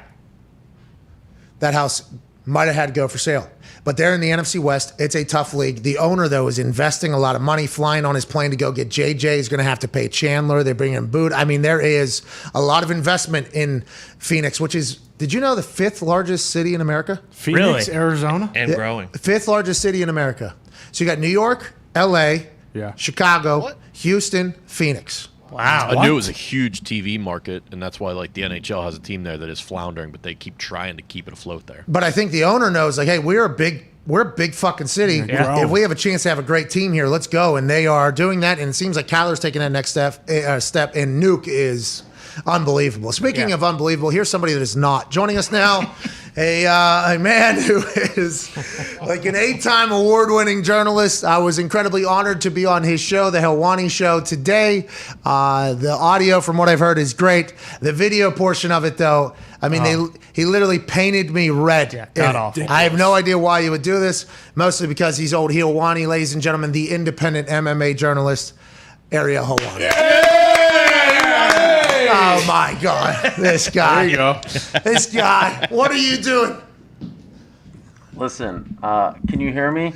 Yeah, I can hear you. I mean, I come in shame. Oh. I was told that this is red. I don't know for a fact because I'm colorblind. And this has been an actual very embarrassing morning for me. You know, I wake up, I'm excited. I got this new show. I've got this new venture, the Ariel Helwani Show. You can get it on Spotify. You can get it on Apple, Amazon, Google. My YouTube channel is up and running. Here we go. We had the WWE Champion Big E last week, and I get the great Patrick McAfee. We break kayfabe. We actually reveal that we're friends. I literally wake up this morning with a pep in my step. I woke up at 5:45 just waiting for it to be released at 6 a.m. And then I get this nasty, nasty phone call from my friend Patrick, thinking, dare I say, foolishly, that you would be glowing about this 70-minute conversation, you and I doing our thing, you know, a different side of us. You were legit mad. I asked you, is this a work or a shoot? Yeah, because we did have a great conversation. And you know all anybody's going to talk about from that thing is how you and your editor, whoever the hell it was, Baby J, decided to paint me red. I was like, yo,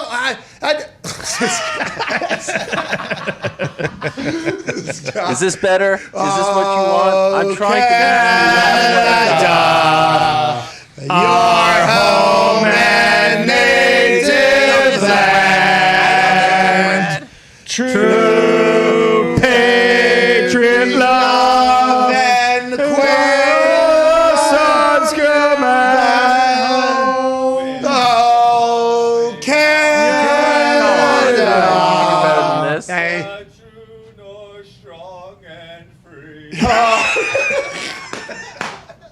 One of the greatest national anthem in the world, and you butcher it like that. That's worse than making you look red. I just want to say that. No, we were trying to pay tribute. I was trying to pay tribute, unlike what you were trying to do, painting my whole body Kool-Aid red colored. Okay, that was unbelievable. Listen, you telling me, you telling me though, me calling you and going, what the fuck? Why did you do that? Like, why you guys couldn't have just made me not look like I came back from the sun? You go, I'm colorblind. I was like, oh my God, what an answer. What a fucking answer. It's a pretty good answer, but it's the truth. Ask my friends, ask my childhood friends. I actually, truth be told, this is a shoot right here. I failed my driving test 5 times. Some might say because I'm colorblind. Some might say because, I just wasn't a good driver. Who knows? I like to say I couldn't tell if it was a red stop sign, a green. I don't know. So I went through it. That sort of thing. Yeah. You're a terrible driver. I was legit. You don't understand. I do a lot of things, and there's a lot of nachas. Do you know what the word nachas means? Naha. Nachas. It's like an old Yiddish word. You get a lot of wisdom. You get a lot of, like pride out of doing something completely on your own, putting a team together, that sort of thing. And I've been wanting to show people that I'm not just the MMA guy, right? And even last week, I was talking to Biggie on my show. By the way, you can check it out, youtube.com/. He's a fighting guy. You're outside. Yeah, I know you're the half decent wrestling commentator, but you're outside that world. And this was a big deal to me. This is a big deal. It was a big deal to me. I get the phone call, I get the FaceTime, I pick it up, and I'm like, oh, this is going to be great. We're going to revel. And I feel horrible. I just got off the phone with my therapist. No joke. No! Hey, know this. Not that big of a deal. Did want to give you some shit, but you did paint me red, and that's all people are going to talk about. Neither here nor there. Can I just say, you look kind of red right now. Kind of. That's what I'm saying. That's why you can't. That's why we can't add another filter of red. Like, you can't do it. I naturally run red. I mean, you can't. That's all anybody's going to talk. But I would like to say this. You ran an incredible show. It was a great conversation. I enjoyed the hell out of it. I appreciate you. We're incredibly nahas of you as well, dude. You know what I mean? For what you did. You know what I mean? Like, we're incredibly proud of what you did. I can't even do Heel-Wani gimmick on this appearance because I just feel horrible. I'm so down. Stop. Shut up. Stop. What about this merch right here? Heel-Wani merch flying off the shelves. What about it? You guys get one? Yeah, and I missed this in the entire conversation. We did buy a couple of those because we'd like to support your biz, obviously, not try to tear you down. Yeah, absolutely, we did. Where they at? They're on the way. They're on the way. Getting shipped. They're on the way. DHL. Hey, merch is a crazy game right now with fulfillment, with the way the world is. There's a lot going on. We ordered that thing at least a couple of days while ago. Yeah, a few months. Oh, that's nice of you guys. Weeks ago. How'd you know I was red? How did I know you were red?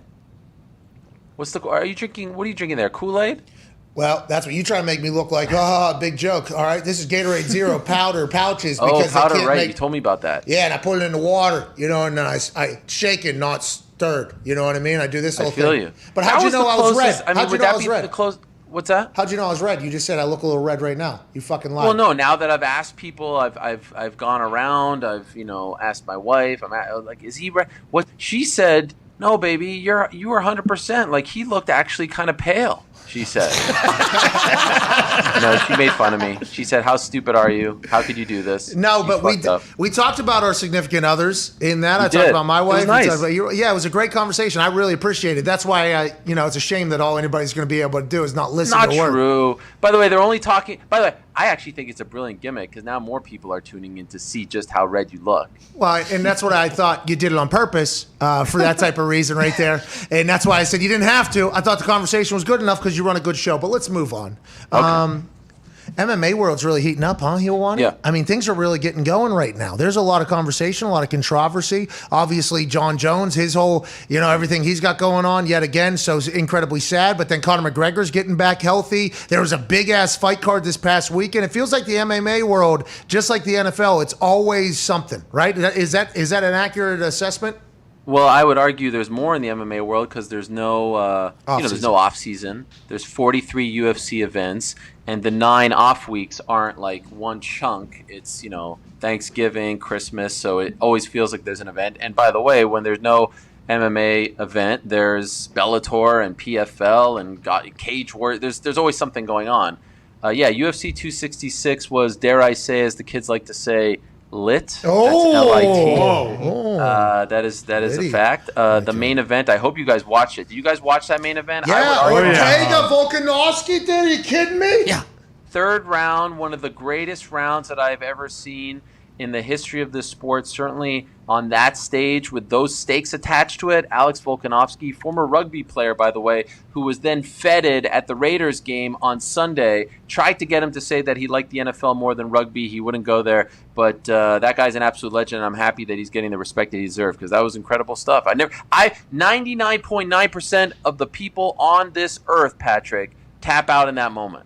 That was superhuman. That wasn't like kicking a ball through 2 sticks. That wasn't like running a ball over a line. 99.9%, 99.999% of humanity says no mas in that moment. This freaking guy got out of it and said, you know what? not today, MFer. You're not taking my belt today. Yeah, MFer, you almost got me to tap out, but in doing so, you probably killed yourself here too. I mean, Ortega got completely. I mean, his whole body's flexed, right? Whenever he's trying to choke people, your whole body, exhausted. You got to be completely dead. Him responding after that is well. That's why I think we all agree it was an incredible fight. Incredible fight. It was great. It reminded me almost of my. We haven't talked, I think, in a while. Has it been a while since we spoke on this program? Yeah, it seems like it was a little bit just yesterday. It reminded me of my performance on the Jake Paul Tyron Woodley broadcast. You know, just sort of rising to the occasion. After that. Yeah, we talked right then. We did talk about. Yeah, that. because remember Drake? Remember? Oh, we talked about the. I tried to bring it up. Yeah, you know, talking to a bunch of people now as a result of that, it's been really good for the brand, for business. That's not trademarked, right? For the like, I could say it within a sentence, just not as a hashtag. You can do whatever you want, man. Just can't sell it on clothes. I would argue right now that the world of pro wrestling, which you reside in, is actually hotter than the world of MMA. As much as I love MMA, but pro wrestling is on fire these days. I'm tuning into everything. I love it. I feel like a rising tide is lifting all boats here. Tit for tat. What can you do? Anything you can do. This guy's coming back because wrestling is great right now. I would say, by the way, piece of advice to any young journalist out there looking to find your niche, looking to find your path, to differentiate yourself. Get into wrestling journalism. I feel like there's a massive opening there for some real good journalists to come up and do their thing. Just a little, Hiowani to the young. What are you? Are you burying the because you're in the wrestling community? No. Yeah, you are. BT Sport. You represent. You actually got interviews at SummerSlam. Sit down interviews with What do you people. mean, exclusive interviews with the Prez, Nick Khan? You mean like that? That's just That's just a Friday afternoon for me. That's not my beat. I mean, BT Sport was putting out like I think they said our OUR Ariel Helwani with these things. So I work for them. You are in the wrestling journalism community, though. So did you just take a shot at everybody else in the community, or are you saying it should grow more? I think it should grow more. Like, I was around there. That was the first time I covered it as a journalist, if you will. And it reminded me a little bit of 2007 UFC, where there's some young, hungry people doing it, but there weren't enough people. And I feel like there's a real opening here. I'm not trying to take shots at anyone. I'm not that guy. Sure sounds like I'm not that guy. Okay, Pat. I'm not that guy. Listen to today's Just Helwani like you're show. not that guy. I'm not that guy. Oh, I kind of put that on you. Then I made you look bad in the middle of that interview too. Then when you were asking me to call out people publicly, and I said, "No, that's your thing." And then No. Listen. Did you if edit you're that gonna out? bring You it edit up, that out. I Yeah. came on your show. I call people out. I name names. Rap songs were made after that appearance on that show. I mean, I think, dare I say, the best. You tell me, best appearance this year on your program? Who? That one where I was dropping bombs.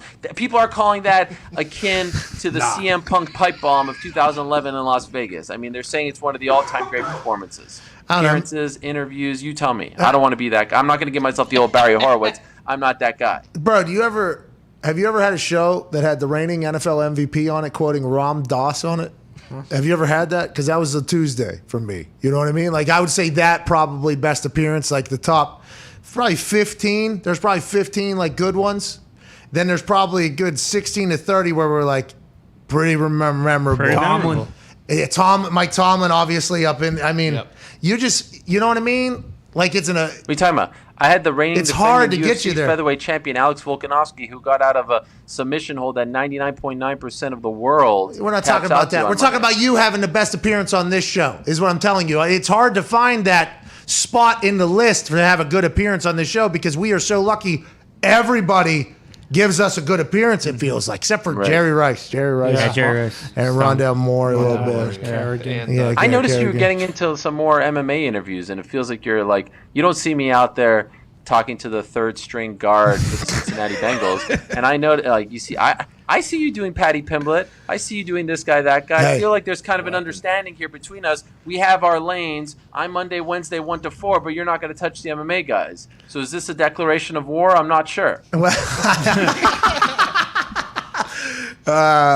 are only the people that the casual UFC or MMA fans will ever talk to because that's what we do. But to be clear, I mean, if we all have our lane at this current moment, I mean, and it might change a little bit, obviously, but we are, we're a 6-lane, you know what I mean? And you're just What kind of an 6 lane? on-ramp right now, you know what I mean? So what Wow. we're saying is, You kinda big league me, huh? well, sometimes there's going to be, some cars that get into our lane that we know nothing about, and it'll be very apparent that we know nothing about it. And the only reason why we're getting conversations with them is because we've done this for so long. At this point, we're old as souls now, and some people want to do it. Just know that we know nothing about it. But once you get in, you know what I mean? Once you get in, like this Helwani show continues to go, and you kind of start to... I'm coming. Yeah, I'm yeah. coming for your ass. Yeah, I'm coming for your ass. Hey, we're going to move, though. We want more people. Hey, you think we want to talk to people we know nothing about? Absolutely not. Come on. We just want people to know Wait that a you second. exist still, Is this you trying to say that, the mega powers should come together here? No. I mean, that would be bigger no, than no. the CAA-ICM merger of Monday. I mean, that would be the two biggest names What happened? in the MMA world, in the sports media world coming together. I mean, get Andrew Marsh on that jabron on line 1. He's probably writing this up right now. Is that what you're saying, or did I misread this? We should do a show together. It would be nice. But a lot of people have been saying it. I don't want to be the one to bring it up. It'll be our tech, though. Yep. Yeah. I can't be seen in Hicksville, Indiana, though. I'm a Jewish man from New York. I can't be seen in Nah. Indianapolis loves hospitality, dude. It's a real place. Yeah. It's a hosting I place. learned about that I learned in this great interview, by the way. A lot of people saying that this is sort of like the closest you'll ever get to like an Oprah style interview. You said that the world turned against you, but it was the Hoosier State that had your back, your lowest moment, your darkest hour. They said, "Not today, Patrick. We're gonna pick you up. We're gonna rebuild you." And then what do? Like the Benedict Arnold that you are, the ingrate that you are, you slap them in the face, you spit in their mouth and say, "I'm retiring" at the height of your popularity and the height of your game. Yeah. You know who would never do something like that? Bret Hart. Tyler freaking Bass, the best damn kicker in the NFL right now. My man. What about the Bills? Hey, Can we talk about the Bills? Yeah, Pittsburgh Steelers went into Buffalo and beat them, obviously, opening week with Bills Mafia back in the game in the stadium. People were wondering if it was Bills Mafia that was potentially going to jinx this team that was great without them last year. And then lo and behold, they go down to Miami. Then they continue to buzzsaw. The Buffalo Bills are all the way back, and I'm incredibly happy for you guys. But with that being said, if Tyler Big Ball Bass gets an opportunity, and continues to dominate the way he does, you got a good one up there in Tyler Big Ball. I love that guy. Yeah. You have to love the Bills, though. At first, week 1, you were a little bit worried. We don't know if you're an actual fan of the Bills or not. Can I tell you, I was happy after week 1. Yeah, I mean, No clue. We don't know if you're an actual fan or not, if it's just like a Johnny-come-lately when they're good at Listen, football. I have a beef. I'm actually considering finally renouncing my fandom of the Buffalo Bills because the social media team, I mean, I see them propping up like the lowest of the low celebrity. Like we're talking like a G-list celebrity. Someone tweeting about the Bills, they won't even acknowledge me. I can't This is even that like- on-ramp thing. This is what I'm talking about. You know crazy. It's unbelievable. You don't deserve that, dude. My other teams, Knicks, Blue Jays, they love me. I mean, we're cool. We're DMing. These guys, I don't know what's up their butt in Buffalo, but I'm not going to let them affect my 30-year fandom of this squad. I will just say this. Sure. This is how you know I keep it real and I keep it 100, as the kids like to say. 100. I was happy after week 1. You know why? They were getting a little too cocky. Everyone was celebrating. They were saying, "Oh, Super Bowl." No, wait, that's not me. I'm humble. I'm down to earth. I keep my head straight. I felt like they were celebrating the Super Bowl appearance before the season ever started. We needed to get punched in the mouth. Everyone has a plan, as the great Mike Tyson once said, until they get punched in the mouth. The Bills got punched in the mouth. They had to eat some humble pie, and now you see what happened as a result. I don't know if we beat Miami, and I don't know if we beat the Washington football team, like we did the last 2 weeks.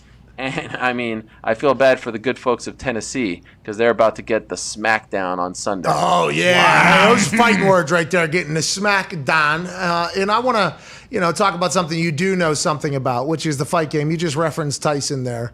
The boxing world has what? Fury Wilder next week? Is that next weekend, I think, in Vegas? Like October 9th, yep. That's huge for the state of boxing, right? Canelo's fighting that guy that did Caleb slap Plant. him. Grant? Caleb Plant. Plant, that's it, Plant. That's big for boxing, but it seems like the sport of boxing, it had a little bit of a run there, I think, in popularity. Obviously, NFL season's going to do its thing, but do you see boxing kind of becoming back to like mega popularity like it once was? Because MMA is taking, you're saying WWE and wrestling right now is hot. Do you think boxing is going to be able to get there? And I think the Paul brothers are a massive part of that, by the way. Huge part of it. And I'm so happy that you mentioned that at the very end of your statement / question. Okay. Because nothing pisses me off more, Patrick. Honestly, nothing grinds my gears more when I hear these, these lazy media guys out there with their hot takes who love to say that boxing is dead, that boxing isn't what it once was. Let me tell you something right now. Boxing has never been healthier. Boxing is kicking ass right now. Whoa. You could even make a case that boxing is doing better than MMA on the whole. You know why? Because here's an indication why boxing is doing so well, and it has nothing to do with your Oculus training that you've been doing, which I still question whether or not you were getting paid for all of that, but we don't have to get into it. I wasn't. The this is my payback was question. me laying Listen. out motherfuckers in the Oculus every single night. I'm sorry. Go ahead, though. People like to say the Paul brothers are an indication as to why boxing is dead.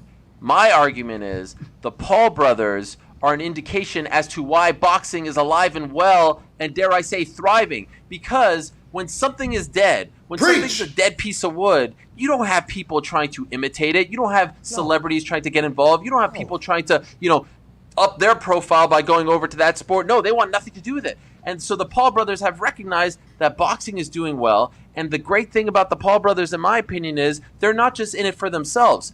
Go ask Amanda Serrano, who actually just signed with Jake Paul's promotion MVP today, if she's happy that Jake Paul's in boxing. Go ask Montana Love and Tommy Fury and Ivan Branchik, legit boxers. Everyone likes to talk about the sanctity of boxing. By the way, one of the most corrupt commissioned sports ever. No. I mean, the judging, the referee, the sanctity of boxing. No, these guys have helped out so many boxers, got them higher pays.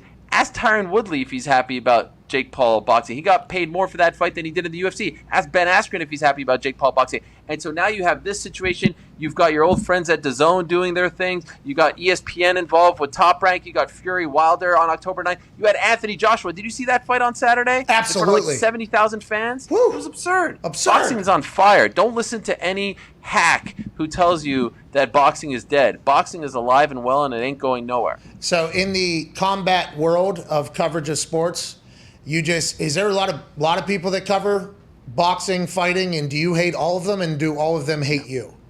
No, I mean, they love me. When I did the Paul Woodley fight, the amount of letters, old school letters, because they're kind of the old guard media, people saying, wow, what a breath of fresh air you were. Oh. You were so great. We need more people like you. I mean, it was humbling. It was really humbling to hear that from people. And, sometimes I'll be honest, in the world of MMA, I feel like I'm a bit of an outcast because, who knows? There's jealous. I don't know. You tell me. You be the one to judge. But in boxing, they've rolled out the red carpet for me in wrestling and boxing. I mean, I feel the love right now in my orbit. I feel the love. I didn't feel the love maybe a few months ago, my previous job, but now I feel. I mean, I wake up every morning like today. I woke up. Wow, I got the great Patrick McAfee on the Ariel Helwani show, one of the hottest shows. This man left his job at ESPN to be a trailblazer unlike any other media guy in the sport. I mean, bet on himself. Independent Helwani, truly independent. And then, I got in life we're going to have ups and downs, so I got the call down, spoke to the therapist. We're talking, I feel like this is an olive branch. Back up, but that's life. No, that's roller coaster. Hey, when you're independent, you got to run your own thing. This type of shit you got to deal with, and then you just move on. Like if you decide to make somebody look like they did, 40 to 55 pounds of cocaine before talking to you, I mean, you're going to have to answer to that. That's what happens when you're independent, pal. All the blame that used to be able to go elsewhere now comes right back. Hey, one finger pointing at somebody else. Guess what? It's always been here. 3 pointing back. That's been the key to my success. 3 pointing back right there.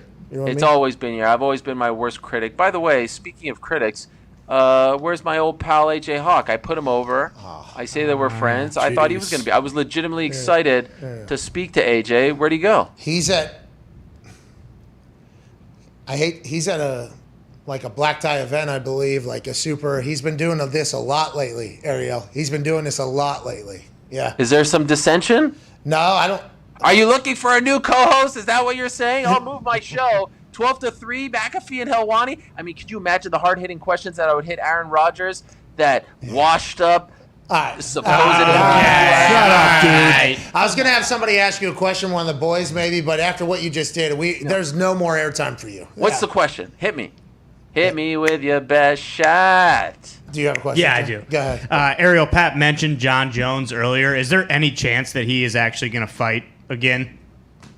Oh, I think he'll fight again. What? Look, this isn't the first time that he's gotten into trouble running with the law, and of course we want to see how it all plays out. And there was a police report that was very troubling. To me, what was not just as troubling, because you read that and there's a alleged significant other involved, a child involved. I mean, it's just a lot to handle. I have often said, unfortunately, that John Jones, while he is supremely talented and one of the greatest fighters of all time, there's no denying that, unfortunately, reminds me a lot of Darryl Strawberry, Doc Gooden, if you know about their paths, guys who had these amazing, careers, God-given talent, all this stuff, but just continued to find a way to mess up. There's that famous story, 1986, the parade, Mets win the World Series, and Doc Gooden is in some apartment in New York City, high, and misses it. In any event, here's John Jones after his Hall of Fame induction for one of the greatest fights of all time, 2013 against Alexander Gustafsson, and then a few hours later he gets in trouble. Not the first time. You wonder what's going to happen. The UFC, I don't think they handle these situations very well, if I'm being honest. No statement, no nothing. We've learned that if you're high on the pecking order, you don't get reprimanded.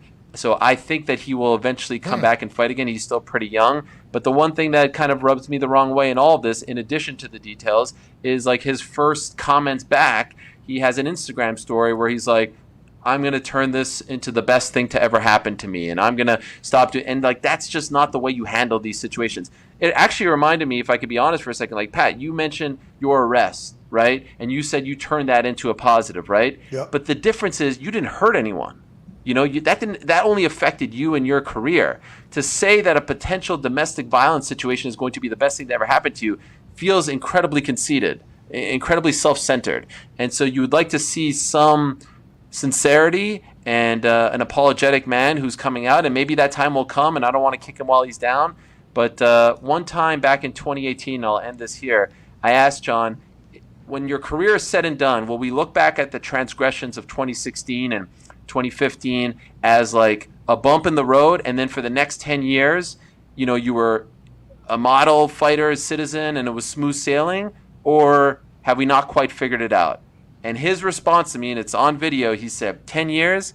I'm a bad boy, Ariel. I can't predict that I'm going to be good for 10 years. I can't promise that. And so when I heard that, it's hard not to feel like, okay, he kind of warned us that this was going to happen. Yeah, and you just have to hope, obviously, domestic violence is incredibly insane and obviously massive. We hope justice is served. However, obviously to the full extent that justice can be served in that situation. Same thing in football. There's a lot of talented guys who potentially get caught up off the field in things that are much more serious than anything on the field. So it's always like, will they ever get it right? You just got to hope, I guess. And I hope that for John Jones, his entire family, and everything like that. And I hope one day I'll get a chance to go back onto the Helwani Show, and maybe I'll look like a human instead of... Episode 3, you want back in? No. We need some separation. Yeah, I need some time. 200. Yeah, that's my bad. Listen, the numbers are through the roof. I hear it's #1 trending on YouTube right now. That's what they're telling me. Spotify, Apple, Ariel Helwani Show. You could search for it. I appreciate you putting me over by gracing me with your presence. In that moment, I had to break kayfabe. But now, some might say there's a theory that's going out there that said, hey, Helwani got him on the show, and in classic Helwani fashion, he turned him into the Kool-Aid Man. There's a theory out there. I didn't say it. I didn't start it. People are but saying they felt like that was one more for the bad guy. Yeah, I heard it. Tough times don't last. Tough people do. All right, so I will. You can be a bad Patrick. guy. Listen, Patrick. I'll be a tough when guy. you're the best in the world, they don't call you the best in the world, Patrick. They got a name for you, and that name is Helwani. All right, great. Way to go. All right, dude. All right, great work, dude. That was awesome. Yeah, he is the man. I enjoy talking to him. Yeah. He can't be saying disparaging things about Aaron Rodgers. No, that was ridiculous. Unless he wants to get smacked in the mouth. Uncalled for. Right in the mouth. Yeah. And I know he covers MMA, but how about when he feels MMA? Oh. All right, let's get to a break. We're back on the other side with some phone calls on the 5 Energy phone line. Can't thank Ariel Helwani for stopping by and for having me on the Ariel Helwani Show, although I look absurd. It is a good interview, though. Yeah. Good Very good conversation. interview. Pretty cool conversation. I think he does well. I chat about a lot of things I haven't talked about in a long, long time. I was very thankful to be on there, although they made me look absolutely terrible. On the other side, we'll answer some phone calls, wrap up hour 2. Then we have Coach Luke Fickell of the Cincinnati Bearcats. It's a hell of a Thursday. Let's enjoy the hell out of it. We'll see you in 4.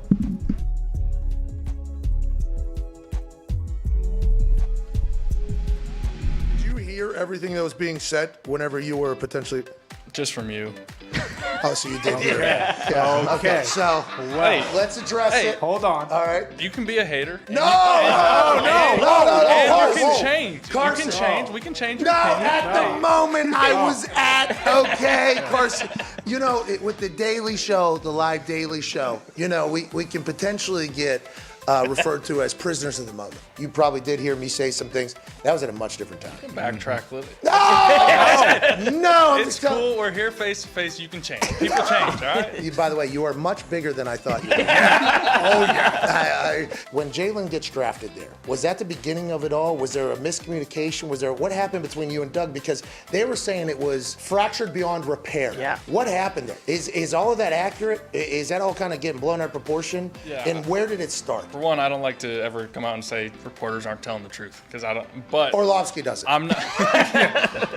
I'm not going to dispute every report that's out there. You know, the way the season went obviously wasn't ideal. When Jalen was drafted, that had no bearing on me. I trusted the organization. I signed that contract. You know, I was devoted to them, and I felt like they were devoted to me. So I trusted the pick. You know, that had no bearing on my confidence or my abilities. You know, the season unfolded not how I would have liked it. Personally, I could have played better. We lost a lot of games at the end and just didn't fall into place the way we wanted. But there's a lot to learn from it, you know, as a man, as a player, and all those things. And, you know, I have still a lot of respect for Coach Peterson, and I think without a doubt those reports are very exaggerated. Like I said, I don't hear a lot of them. They come to my attention from my agents or different things. Yeah. But I have a lot of respect for him, and it was unfortunate for everybody and how the whole thing kind of just went down. There was a couple still shots that made its way around where you and Doug Peterson appeared to be giving each other a nasty look. I saw those. It's not true. Not true at all. Oh, you were not saying, I wish you died. With your eyes? I don't even think I was looking at him in those shots. So I did see that. I'm like, of course, they're going to play this one up. They're going to make a story out of anything. That's how it is. So, but yeah, that's not true at all. Okay, so I'm happy to hear you weren't giving Doug Peterson death looks. Like, you never thought, like, oh, football isn't for me. Like, there was never a thought where I don't like football anymore, or I don't want to be in this bullshit league anymore with this business. There was never a thought like that? No, I mean, don't get me wrong. The way the season went, I mean, it was frustrating. And People so have those moments. that's why I stepped away, and it almost rejuvenated me. You know, it's almost like last year pissed me off so much. I want to come back in a different way and do everything I can. I am thrilled to be here and to have this new start, new opportunity. And community seems amazing. Fan base seems amazing. Like we said, it seems like the perfect fit.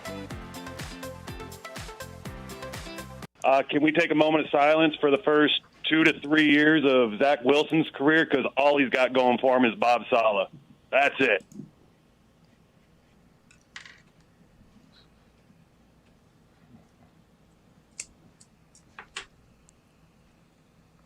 Moment of silence for his mom, who made her Instagram post.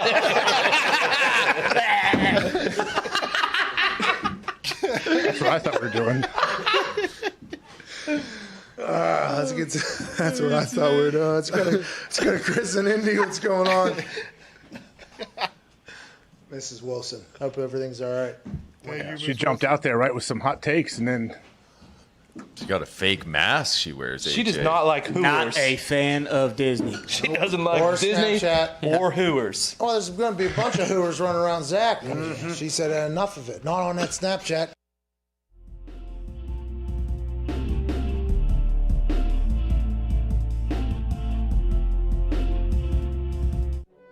Every day is game day for these guys. It's showtime on the Pat McAfee Show. Today's sponsor is Public.com, an investing app where you can buy stocks, follow investors, and share ideas. Okay. Caught you guys mid-drink over there. I joined Public, and you can see my portfolio if you search for @PatMcAfee in the app. Okay. Here's why Public is the best place to invest. There's a lot of places to invest. Oh, yeah. Too many, some say. The law also says probably too many. That's right. But the reason why public is the best place to invest is because you can follow other users' portfolios, including obviously mine, but also Shaq, Tony Hawk, and thousands more. The app is free and you can start with as little as $1 because you can buy slices or portions of the stocks or obviously full shares. They don't sell your data or information to third parties or market makers like other investment apps. Oh, that's nice. Interesting. That's really nice of them. Yeah. Because all these other companies were taking all your decision making, all your information, and just selling it. Public.com came along and said, nah, we don't do that. We just want people to get invested in the stock market. You'll get a free slice of stock when you go to public.com/Pat McAfee to download the public app. Get started today and make sure you follow me. Yeah. This is not investment advice, by the way. No. It's valid for U.S. residents 18 plus, subject to account approval. See public.com/disclosures. This is once again not investment advice. Once again, make sure you go to public.com/Pat McAfee and get yourself a free stock slice. There's a lot going on in the money world, I think, right now. Oh, yeah. A lot. I watched a congressional baseball game last night. How'd it go? Good game. I'll tell you what, I saw one play, and it was enough, and I think it was the most electrifying play that they've ever had in their congressional baseball game. What appeared to be old man. Okay. All right. I don't want to give an age because this person will probably hear this because I've heard that my reaction to said play did make its way around Capitol Hill. 60 plus, for sure. He's he seems like this guy is 65 years old. Yeah. Okay. I don't know him well enough. He's in politics. By looking at him, I eyeballed him maybe 65, maybe 80, 95 years old. I'm not 100% sure. Senior citizen for sure.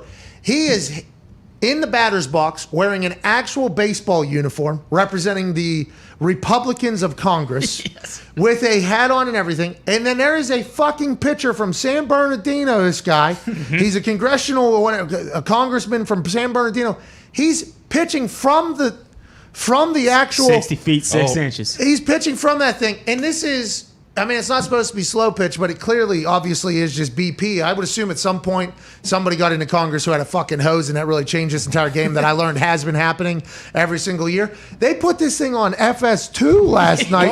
I watched it. Old 95-year-old guy, we don't know his age. Older man. He takes a full hack at this thing. Oh, yeah. Pitch was right over the fucking plate or whatever, probably 55 miles an hour, 40 miles an hour, whatever it is.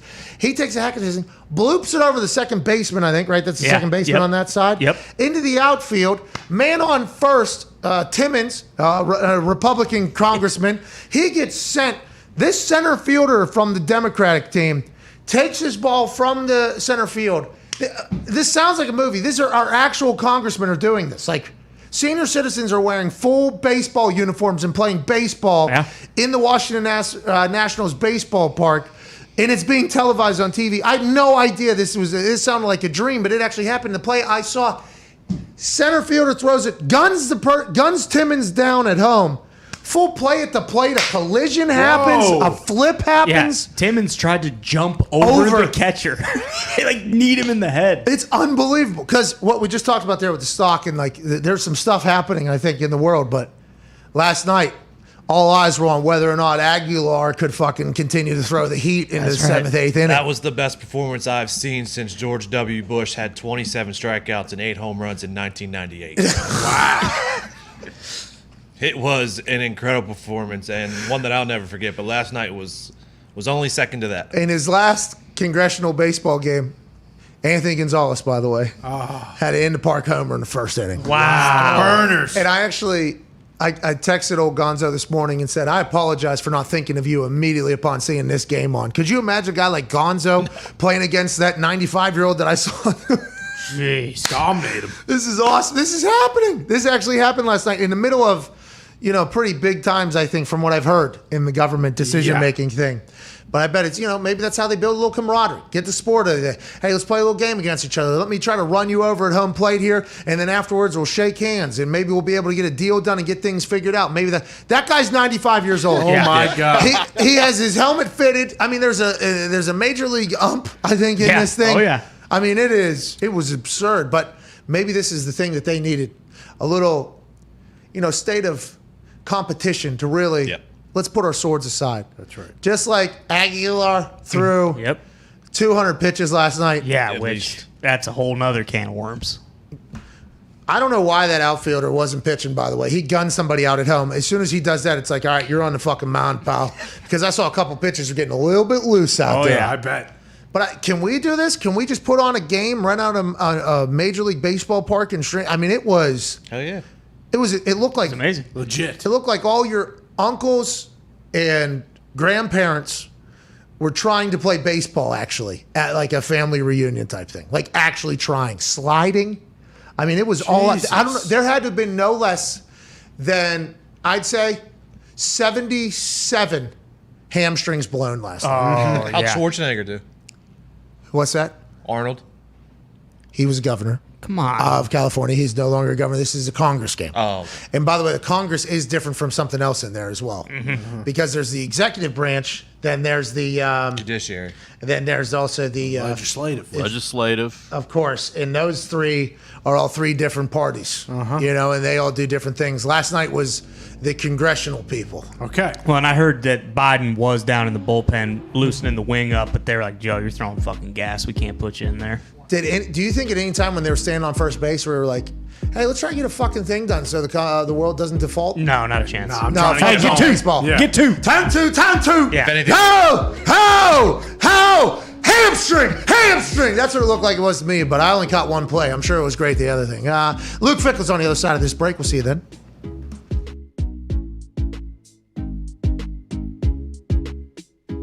Late in the game, had a... they wouldn't show up because I play for the Packers, but I had a pretty sweet no-looker to Devontae on the last drive that I'd kind of set up for a few plays. Because Darius is so athletic side to side, he loves reading your eyes, and I just kind of came back and looked left and then looked outside him on the right and threw it behind him to... Go get him! Hey, I'm so thankful Patrick Mahomes brought that into the NFL. I know. Yeah. You know what I mean? Good for him. Yeah, I know. Since none of us have been doing it for a while. I will say this. A guy who probably doesn't get anywhere near the credit. Right. We're doing shit like that all the time. He wears number 9 and plays in Detroit. Okay. That dude, what he does with the ball, it's impressive. It's really, really impressive.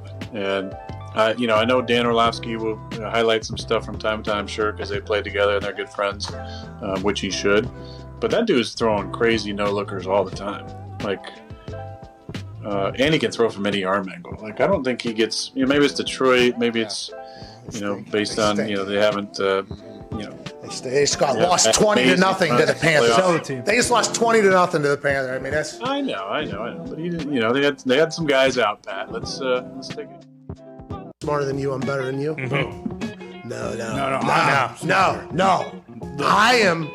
I'm a better person than you are. No. Yeah. No. Yeah. I fed the birds this morning, so I'm a better person than you are. Yeah, but you don't care about the ozone as much as I do. So do you even like to breathe? That means you don't even like the birds. You don't want the birds to be able to breathe or fly because you want the ozone to be ruined because you're a fucking asshole. Is that right? Then how come I rollerblade to the supermarket every Saturday and Sunday? Oh, did that make you feel good, rollerblading, flattening the earth a little bit closer to the center so it can get hotter so then the heat comes from the ozone because you're pressing down the earth with your little rollerblades? Well, yeah, but I'm a better person than you are. No, because on Wednesdays I'm planting trees and I'm trying to bring the earth back to what it was. Oh, yeah, I'm sure you're cutting up other trees' roots, though. What a fucking right. asshole. You Why can't you just let earth be the way it's be? You got to take your shovel and dig into it? Wow. I'm a better person than you are. I know. I make my own manure. I make my own soil. I'm not chopping up any other roots. So you don't like cows. You don't like cows pooping. I hate farmers. Unbelievable. You hate farmers. Oh, you don't like a head of cow. You don't like burgers? Then how come I'm in the Farmers Association of America and I'm going to help? Oh, you're a lifetime member of the FFA. Hey, yeah, that's right. That's what I make.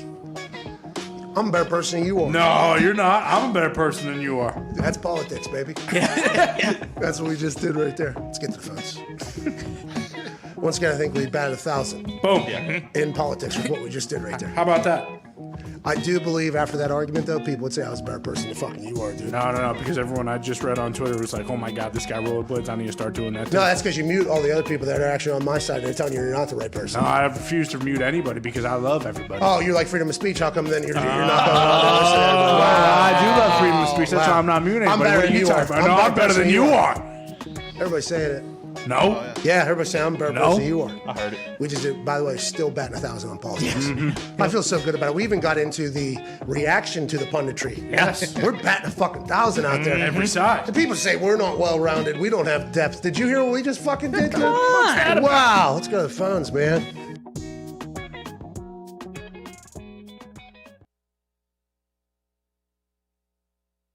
He walks all the way up. Oh! Sleep! Sleep! This is not the one that I saw. Oh, good. Oh, my God. Can we go back to the beginning, please? Listen, go back to the beginning. This guy, pause. That guy was sitting one section over in this blue polo shirt wearing son of a bitch who's here with his friend, by the way, right here. They're just having a good old day at the ballpark. Old buddy in the glasses back here. Oh, this has been fun. Look at this guy up here with the wife is maybe the wife and the guy up there. They're kind of intrigued to see what's going on. Padres guy said, hey, listen, I've been locked in my fucking house for 13 months. I'm going to come to a ball game and you're going to say dumb shit? I don't think so, pal. He walks over, 45 yards, casually, eyes ready to go, not fists ready to go, though. Just outside, no, calm. What you got a fucking problem, pal? People smiling down here. They know something's about to happen. We got a camera out. We would like to see the alternate angle from this particular person. But what a moment here. We beat COVID. We are back. Old buddy here needs to watch out for right hooks. Bow! Buckled. What, bitch? He said. What? And then he gets tackled by everybody else, backpedals. Everybody watches this happen. What a Jeez. What? He says.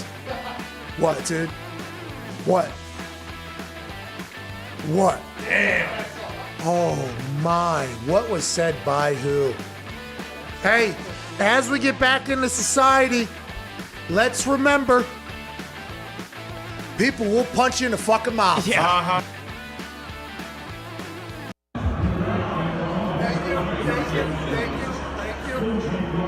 Tell you what, it was pretty cool. Roger Goodell gave me a big hug beforehand, too, so that's good news there. Thank you so much. Shane, you drinking? Yeah. Cheers to you, man. That was a good one. That was good. That was good. Oh, that was I feel like it went pretty good. Oh, look at the phone.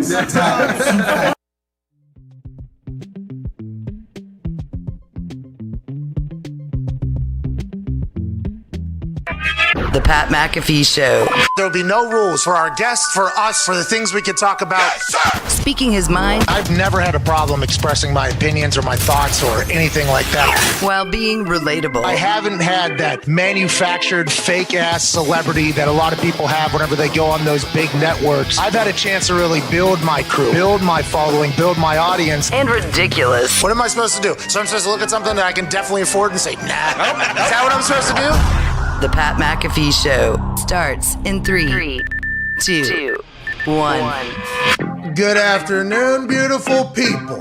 Hour 3 on this Thursday night football Thursday, September 30th, 2021 begins right now. Yeah. Shout out to Twine for that beat drop, and shout out to the man that is joining us right now via phone and video. Satellite. Absolutely. I'm not sure how many satellites are being used, but I assume there is a satellite or two being used. A man joining us right now has turned a school into a dominant football program, has turned a city into a state, has made the entire world recognize that the Cincinnati Bearcat football team is nothing to fuck around with. Ladies and gentlemen, head coach of the number 7 overall ranked team in the country, going into Notre Dame this weekend as a favorite, the head coach of the University of Cincinnati Bearcat football team, Luke Fickell. Yeah! How are you, Coach? I'm good. I didn't know it was a gun show today, so I didn't wear my tank top, so I apologize. If I'd have known, I got a little heads up, I'd have done some curls and looked a little bit closer to what you look like, Pat. Well, actually, no curls done here. This is natural. Okay, I woke up like this, Coach. All right, this is kind of how I am. And to be honest, I have a sleeveless Cincinnati hoodie that I got the week that I came and got a chance to call the opener against UCLA a couple years ago. When I don't want to say this entire dynasty started, but it was really starting to kick off there. And I couldn't find the sleeveless hoodie actually, so I was trying to represent. I apologize, but you guys have been nothing but nice to us, so we appreciate that. Now your program, though, Coach, is at an incredible spot. I mean, whenever we were talking to you before that UCLA game, I remember asking you, and you had a lot of confidence in Desmond Ridder. You had a lot of confidence in the team that you were putting together. I mean, it was really cool now to see here a couple years removed from that convo, and it feels like your plan's going in. Notre Dame, your favorite this weekend. Just your thoughts on the program as a whole and where you are right now. You have to be living a dream right now. At times that's true, but no, it's been great. Obviously, Desmond Ridder has given us an opportunity to play a lot more on the national stage because of what he has done. But to be honest with you, a lot of things around him as well. The defense has been good over the last few years, and I think the biggest difference from the beginning of the year last year to where we are now is there's some more weapons around Desmond Ridder. So I think he's a lot more comfortable and confident and not having to do everything himself.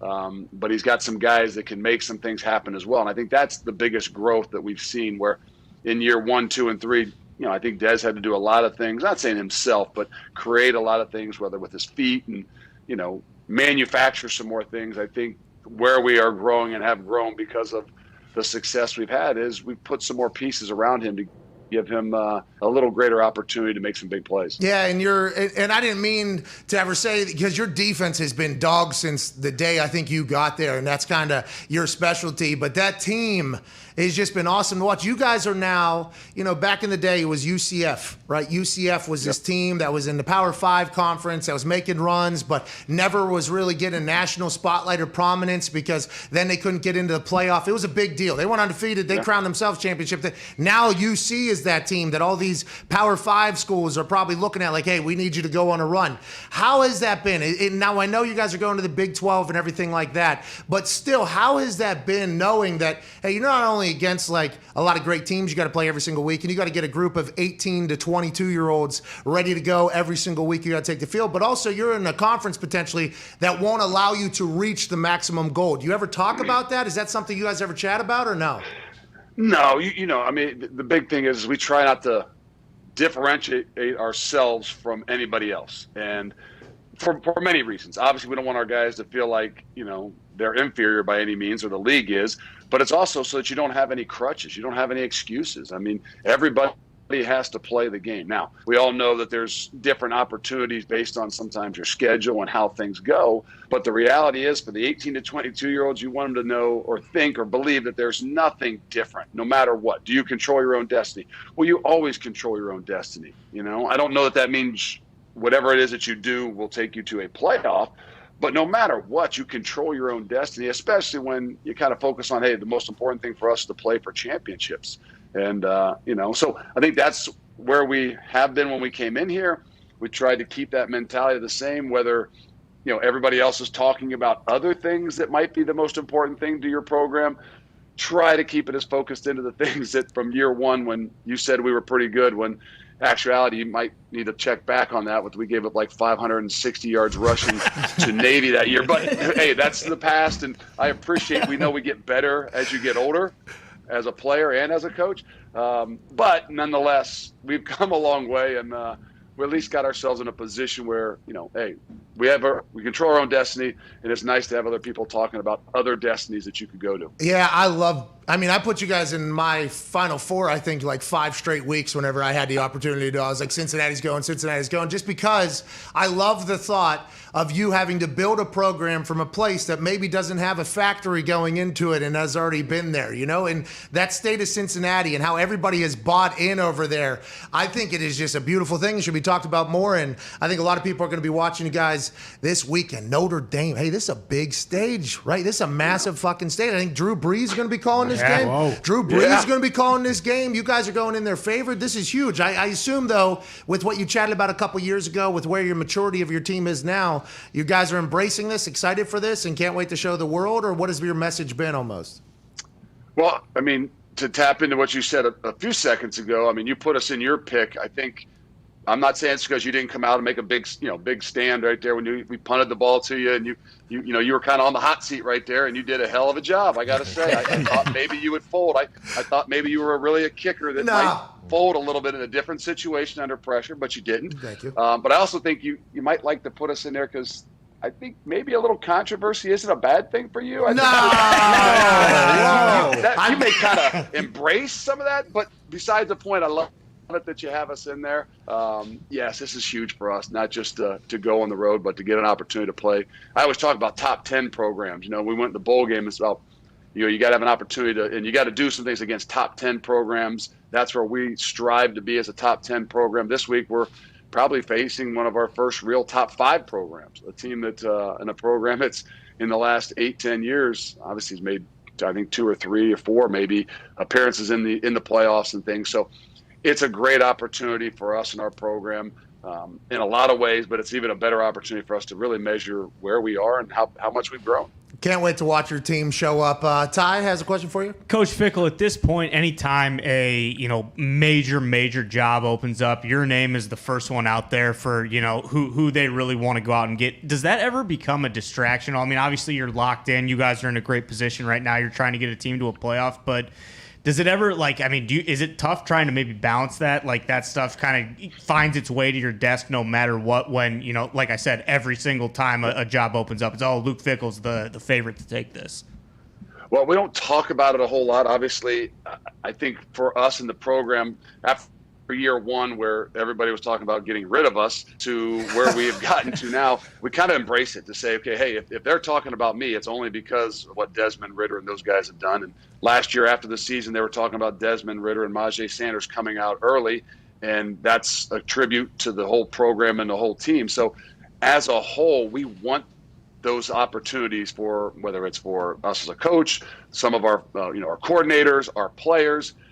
So we've kind of taken it a little bit different, to try not to allow it to distract us because it is what it is. We don't have control over that, but we embrace it to say, this is what we want each and every year, is them to either talking about me, our coordinators, our players leaving early because of what the team has done on the football field. And we give the credit to the team.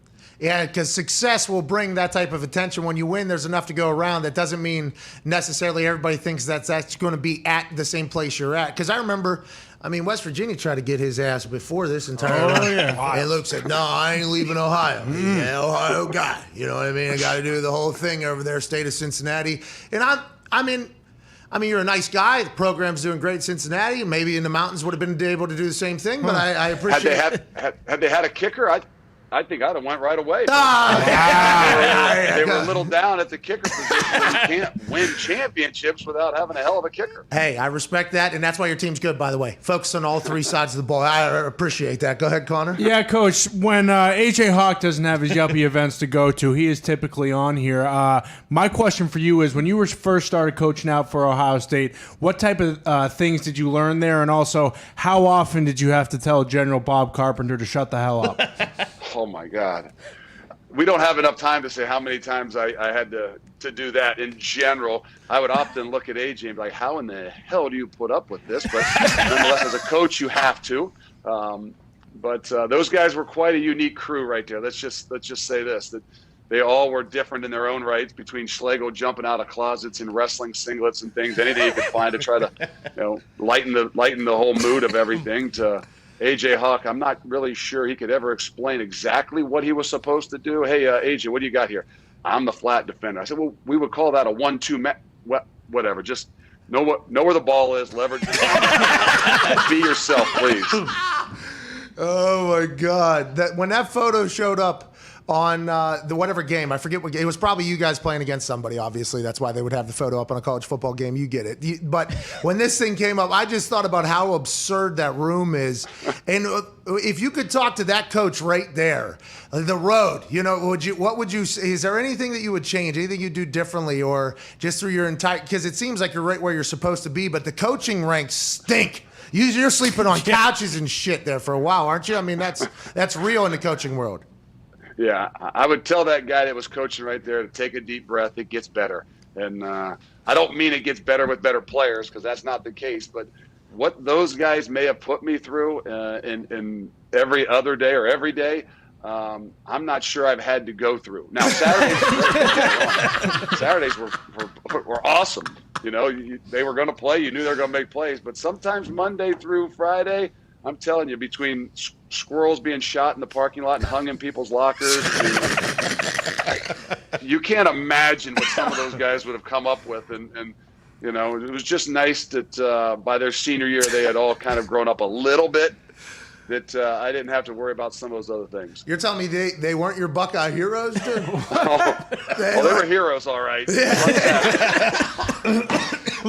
Coach, you're the absolute best. Congrats on all the success. Good luck this weekend.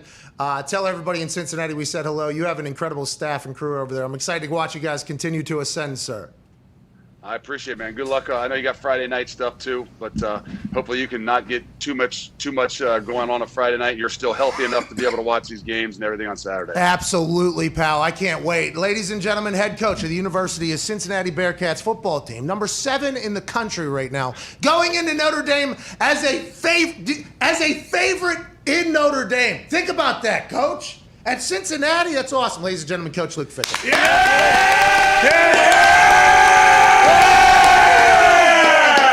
That was a great conversation with that guy. Yeah. Legend. Could you imagine coaching A.J. Hawk, Bobby Carpenter, and No, the rest thank of the Buckeye Schlegels? I mean, that room, I'm sure any given day would be electric to walk in. Should we have said something whenever he said shooting squirrel? I don't know. Like, I don't know how that...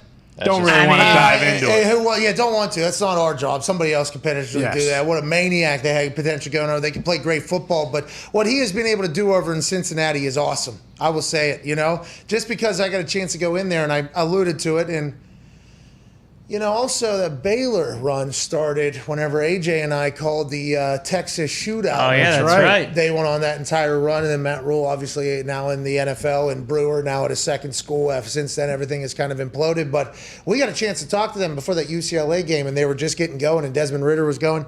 He was so nice, so confident. Like, that's what it felt like. He knew what they were going to be able to build with maybe the people they had, the team they had. Maybe it was the coaching staff, the behind the scenes. They had some investments coming in there. It just felt like he was very confident. I don't know if that's normal because I didn't get to do a lot of those conversations. I don't know if that's how every college football coach feels. But talking to him, it felt like this guy has it fucking figured out, and Cincinnati has to be very glad about it. But your question, Ty, it is real. I mean, every single time a job gets open, Luke Fickell's name's getting brought up to it. And I think Cincinnati as a whole, the state of Cincinnati, which is what they call it, the team is growing. I think the boosters have gotten involved, which is what they're going to do. And it feels like Luke Fickell's a guy that almost, you know, I don't want to say revels in this, but loves the fact that it's like, hey, this is our program. Yeah. And we're going into the Big 12. We're getting into a Power 5 conference. We're going to be able to run the table if we have to against big schools and get in there. And it's because of the work that Luke Fickell has done. I think he takes a lot of pride in that. I would assume so. And a lot of coaches say that. You know, like a lot of coaches throughout the history of college football who are at maybe a smaller school have said, oh, I love coaching here. Mm-hmm. This is my place. Mm-hmm. I love being here. And then literally like a day later, maybe even that afternoon, sign a contract to go somewhere else. That is literally what happens. That's a game of college football. Us as adults all kind of understand it, even though the players probably have a lot of questions sometimes on how that all works out. With Luke, it feels real because he has turned down bigger jobs, but that's not how Luke views it. He's like, we can build this motherfucker up too, and that's awesome. Well, and you look at it, like he said, their first year he was 4-8, and what 4 years later, like I mean, they've had big games and like national games, but like this is a benchmark game on NBC. Breeze and Tirico on the call. Like if they win this game, I mean, who knows if they'll make it to the playoff? But like this is, I feel like it probably legitimizes them in a lot of people's eyes if they win on Saturday. Tony, you were going to say something early there. I was just thinking, do you think Urban goes over to Luke while he's in Cincinnati? He's like, hey, my team fucking stinks. You want to switch teams this weekend and see if it works out better? Hey, you do NFL, I do college. Huh? Trade the old whistle. Come on. You take the NFL whistle for one weekend, and I'll get that college football whistle back, you know? I don't know. You know, just like they were trying to run out Luke Fickell after his first year at Cincinnati, he said, you know, they were trying to get me out of here just a few years ago in a quick turnaround. I assume as a coach, that's how you have to view it. Like Urban Meyer, I mean, if he leaves, I think everybody would be like, oh, that's what Urban Meyer was going to do. And I still don't know.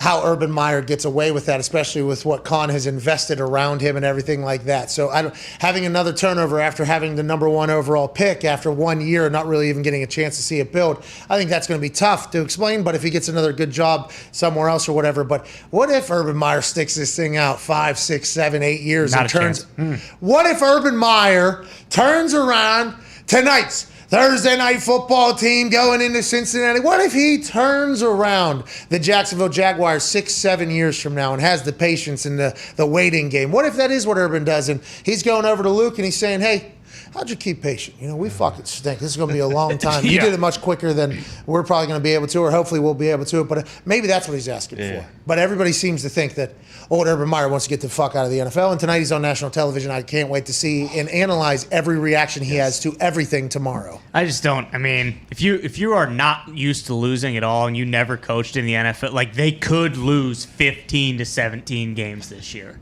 And Connor, you think legit he's out, huh? Well, I just think because the USC job's so appealing that like you could go to Cali and you could get the guys that are in your backyard. It's probably not that hard to recruit. I mean, Coach JB talks about it. If you go to USC, the dudes who you need on your team are legitimately within a 50-mile radius. So it's such an appealing job. But to your point, they got Trevor Lawrence and they'll have 3 more first picks overall in the next 5 years. So, they could be a really good team in 10 years. They could also, I assume they have a pretty large collection of draft picks at this point. Like, I assume they're set up rather well. They have to be, you would think. I honestly have no clue. Neither do I. Nobody knows anything about the Jags, and that's why I think it's very tough for us tonight to guarantee anything. But what we do know is, hey, there's a risk-free same-game parlay. Oh, hell yeah. Hey, it's plus 1,600 right now, I believe, if the odds are still the same. Plus 1,600, $10 bet. It's risk-free, so if we lose, you get your money back and refunded. If we win $160. Jesus. Pretty good.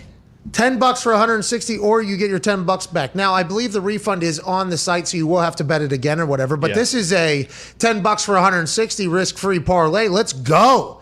Jamar Chase, anytime touchdown score, that's going to happen. Primetime television. Joey Burrow's going to throw him the ball. Yep.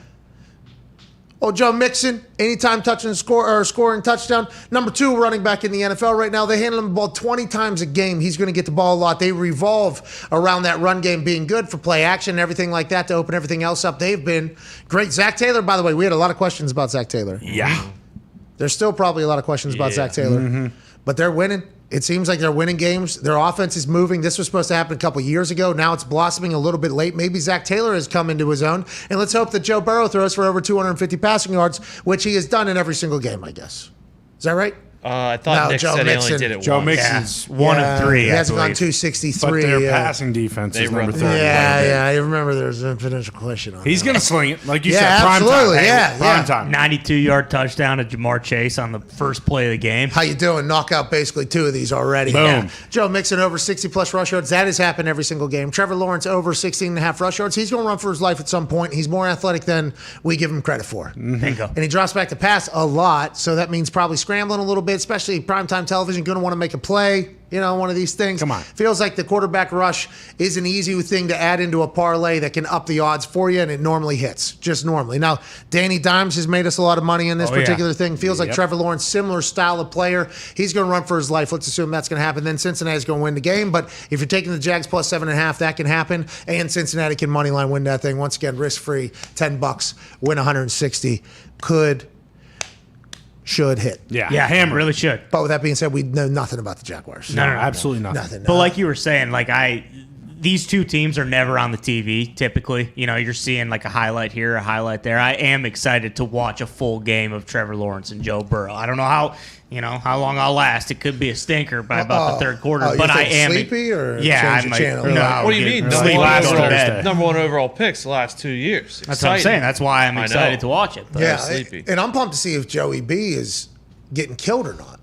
You know? Yeah. Because that was a big issue last year. So much so he got hurt, obviously. He's bounced back. And he said at the beginning of training camp maybe a lot different than what it had become. And he has felt very confident through training camp all the way through these first few weeks, it feels like. But I have not watched and sat down and watched an entire Cincinnati game, I don't think. No. Is Joey B getting killed? Is he getting killed out there like it was last year? I'm not 100% sure. They're 30th overall in giving up sacks, taking on a team in Jacksonville that's 30th in the NFL in getting sacks. So we're talking about a real potential stalemate there. Yeah, You know what I mean? The potential stalemate there. So maybe we'll see Joey Burrow just operate from a clean pocket. And then we'll still have to ask, like, is this regular or is this against Jacksonville? We don't know. But I am pumped for that. Seeing Zach Taylor, seeing Urban Meyer, Joey Burrow and them go against each other. Evan McPherson's going to be kicking, the rookie sensation out of Florida for Cincinnati. I mean, we got a game tonight. Trevor Lawrence, if it's clean pocket, too, you can hammer that over 250 passing yards if they can't rush the pass. Yeah, because if Joey Burrow can sit back there and slice and dice, that's what Joey Burrow's going to do. Everybody talks about his precision accuracy and his confidence and his ability to break down. If he has a pocket and has all day, that stat seems to be one that tells us, oh, Joe Burrow's going to go tonight. Here we go. What's going on, Nick? He had been sacked 9 times through the first 2 weeks of the season. Then they play Pittsburgh in week 3. Pittsburgh with the fearsome defense, of course, but missing basically their entire front seven. Didn't get to him. They actually broke the streak of 75 straight games with a sack for the Steelers defense. Wow. Oh, so good for congrats to Cincinnati and the O-line. And they knew it was 75 straight games coming in. That's all his team does. They run the two dogs or the dog something. That's right. Yep. Where both ends blitz or whatever. They've been running that since the dog rush. Yeah, DAWG, I assume. Now, Burrow only threw for under 200 yards in that game. They didn't have to throw for anymore. They were really in there. They'll win that game. You're right. I mean, they were up. Yeah. He only threw it 19 times. Would have been dumb to keep throwing. Well, and if they continue to throw in there, I mean, whenever you're talking about that Pittsburgh Steelers offense, we don't have to, hey, listen, let's just kill this clock here. All right, that offense ain't going to do nothing. That's what everybody was saying. Even in Pittsburgh, they were saying, I think Cincinnati was game plan. It was a good game plan. Yeah, so they didn't have to throw him that much. No. Prime time. Jamar Chase, Joey Burrow. Show him. Air it out. Yeah, throwing. Especially with that clean pocket. Mixon's going to run. He's going to go. Because if they can't get sacks, I assume they're not. But they're number 4 or 7 against the run or something. How's that work? Yeah, but if they hammer the run game early, the team stinks. And Urban Meyer, I mean, he hasn't figured it out. He has no fucking idea, right? No, not a chance. Trevor Lawrence will run for his fucking life. He'll get 16 and a half. Yeah, he might rush for over 100 tonight. Yeah, how much he's going to be running. Alternate line there for Trevor Lawrence over under maybe. A couple read options. All right, let's talk about some winning teams. Not that the Bengals are not. Okay, Jaguars are not though, but we're just talking about the weekend and the overall storyline in the NFL. There is 5 remaining undefeateds. Ooh, 5 of them. And when you talk about this list, you talk about 2 teams out of the AFC West, so inevitably one of them is going to have to lose unless they just tie twice or go amongst playing against each other. Broncos and the Raiders. The Broncos' next opponent is at home against the Baltimore Ravens. Okay, that's going to be tough. Oh, yeah. At home's a big deal. Teddy Two Gloves is crushing it, and obviously Denver Broncos defense is humming, but that's going to be a tough game. The next opponent for the Raiders is away in Los Angeles against the Chargers. Damn. That is also going to be an absolute slugfest. Now, the AFC West is very similar to the NFC West, who also has 2 undefeated teams in it. They are powerhouse divisions. They're going to cannibalize each other and beat each other up, which is what everybody says, which is why I think the addition of the 17th game is a good thing for teams that are in great divisions, because now more teams might be able to slip into the wild card with an extra game win that is out of the division. Like, I think this is good news for teams that are loaded, like the AFC West and the NFC West, who has the Rams at 3-0. Next opponent, Cardinals, who are also 3-0. Wow. So at some point, one of these teams this weekend is going to lose. Okay, that is just a guarantee. And then in the NFC South, the Carolina Panthers are traveling to Jerry World to play against the Dallas Cowboys. Very fascinating here because the undefeated streak of the 72 Dolphins is really on the line for one team. That's about it through this entire team, because we assume that in the AFC West, everybody's going to beat each other at least once. In the NFC West, that one's going to end this weekend, and somebody's probably going to get it. The Panthers might be the only ones that can really even go on a run. I don't know what the rest of their schedule looks like. I have no idea what that looks like, but they do have the Buccaneers a couple times. Yeah. They got Jimmy Winston and the Saints a couple times, and obviously they got Matt Ryan and Kyle Pitts a couple times. Right. But maybe the Panthers are the team that goes, because I think the AFC West and the NFC West are just going to beat each other up. But congrats to all these teams starting out incredibly hot. That's what everybody would want to do. Yeah, I think the Broncos, too, just because of how well their defense playing against the Ravens, who are still kind of littered with injuries all over the place, and they're coming off that massive, high of a 66-yard game winner. I think the Broncos have a chance to do it, too. Well, the Broncos, I think a couple of these teams might, obviously, the NFC West team is going to survive another week. Mm-hmm. Yeah. One team is going to survive it. But I just think ultimately in the end, like, the NFC South has the Super Bowl champions in it, but nobody talks about the NFC South being the best division. All anybody talks about is the AFC West and the NFC West, and that's for good reason. Yeah. That is for good reason. They are, now who knows what's going to happen with the Seattle Seahawks, right? Are they For real, or are they not? They lose 2 games late. And in the AFC West, like the Chiefs, 1 and 2, still favored mighty heavily to win the AFC West. And they're the team with the most, they're in last right now. So it's good football. It's good for football, the man. league's great. I love watching good football. I mean, Diggs loves terrible football. Yeah, I love good football. No, you love. Guys love Mickey Mouse flag football. No. Whoa. You love unders, which are failed offensive Good drives. You like unders, which are just benefiting bad in all situations. Turnover on downs deep in the field. Sure. Missed field goals deep in the field. Zero offensive efficiency. That's good. That's what you bet on. And I don't know if it's what you hope for, but inevitably once you put your money on it, it is what you're hoping for in the end. We don't hope for that type of stuff. We want to see good football. Good football. That's what we want to see. Soft flag football. Oh, come on, dude. Come on with that bullshit. You dude. guys score. There's a happy medium, man, okay? You can score points and still not be incredibly soft, I dude. like steel worker football. What? 4-0. 2 safeties. That'd be awesome. That's crazy. Would be awesome. So boring. Hey, by the way, that can happen tonight. The Jacksonville Jaguars for Diggs' bet under 9.5 in the first half. There could be 3 safeties in the first half by the Jacksonville Jaguars defense and still would win that under 9.5 bet. And we can't thank Tone Diggs, host of Hammer Down, for putting that bet out publicly, by the way. It's not a bet anymore. That one's going to lose. What? No, you can't do that. No, you already. We have a show and obligation to people. Thought this was a gambling show. This one is Hammer Down. Yeah, so good try there, Paul. No. So that was going to be one you weren't going to put out on Hammer Down. What did you think as you immediately putting it out here? Wait a minute. Wait. What are you talking Are you about? saving bets off of Hammer Down? No. The bets on that we make on Hammer Down don't get tweeted out, so people will watch the show. Smart. But Gumpy tweeted out what I said earlier. Now it's automatically a loser. So if a bet gets tweeted out, that's what I've been doing wrong? Potentially. The gambling gods do strike down on people. So they don't like Twitter? Like they hate Jack? Like the gambling gods hate Jack? What about YouTube? You scream them as loud as you possibly can on YouTube. The gambling gods. That's fine. They can't crack the code. They like YouTube. Fine. They like YouTube. That's fine. All of AJ Hawks were tweeted the last 2 weeks. And I said AJ Hawk is built much different than I am. The gambling gods don't pick. Yeah, or do they? do. They're your two favorite ones who played The reason football why in the NFL. I'm wearing this Hermes pendant, who is the Greek god of betting and gambling, so that What was his name? Hermes, Hermes. King? No, Greek god. Oh, nice. He's the Greek god of betting, Mischief. and I wear his pendant to let him know that I am in his debt at all times. Hey, shout out Hermes. Smart. Thank you, Hermes. King Midas was running around up there with Achilles, and Zeus said some shit, and then all of a sudden Hermes said, "We want to get some action on some of this shit, or what?" Yeah, pretty much. I like that. I maybe should have been wearing that. But you've been hot. Have you gotten cold? That's why you started putting Hermes. Is this to break a curse? I've had it for a few months now.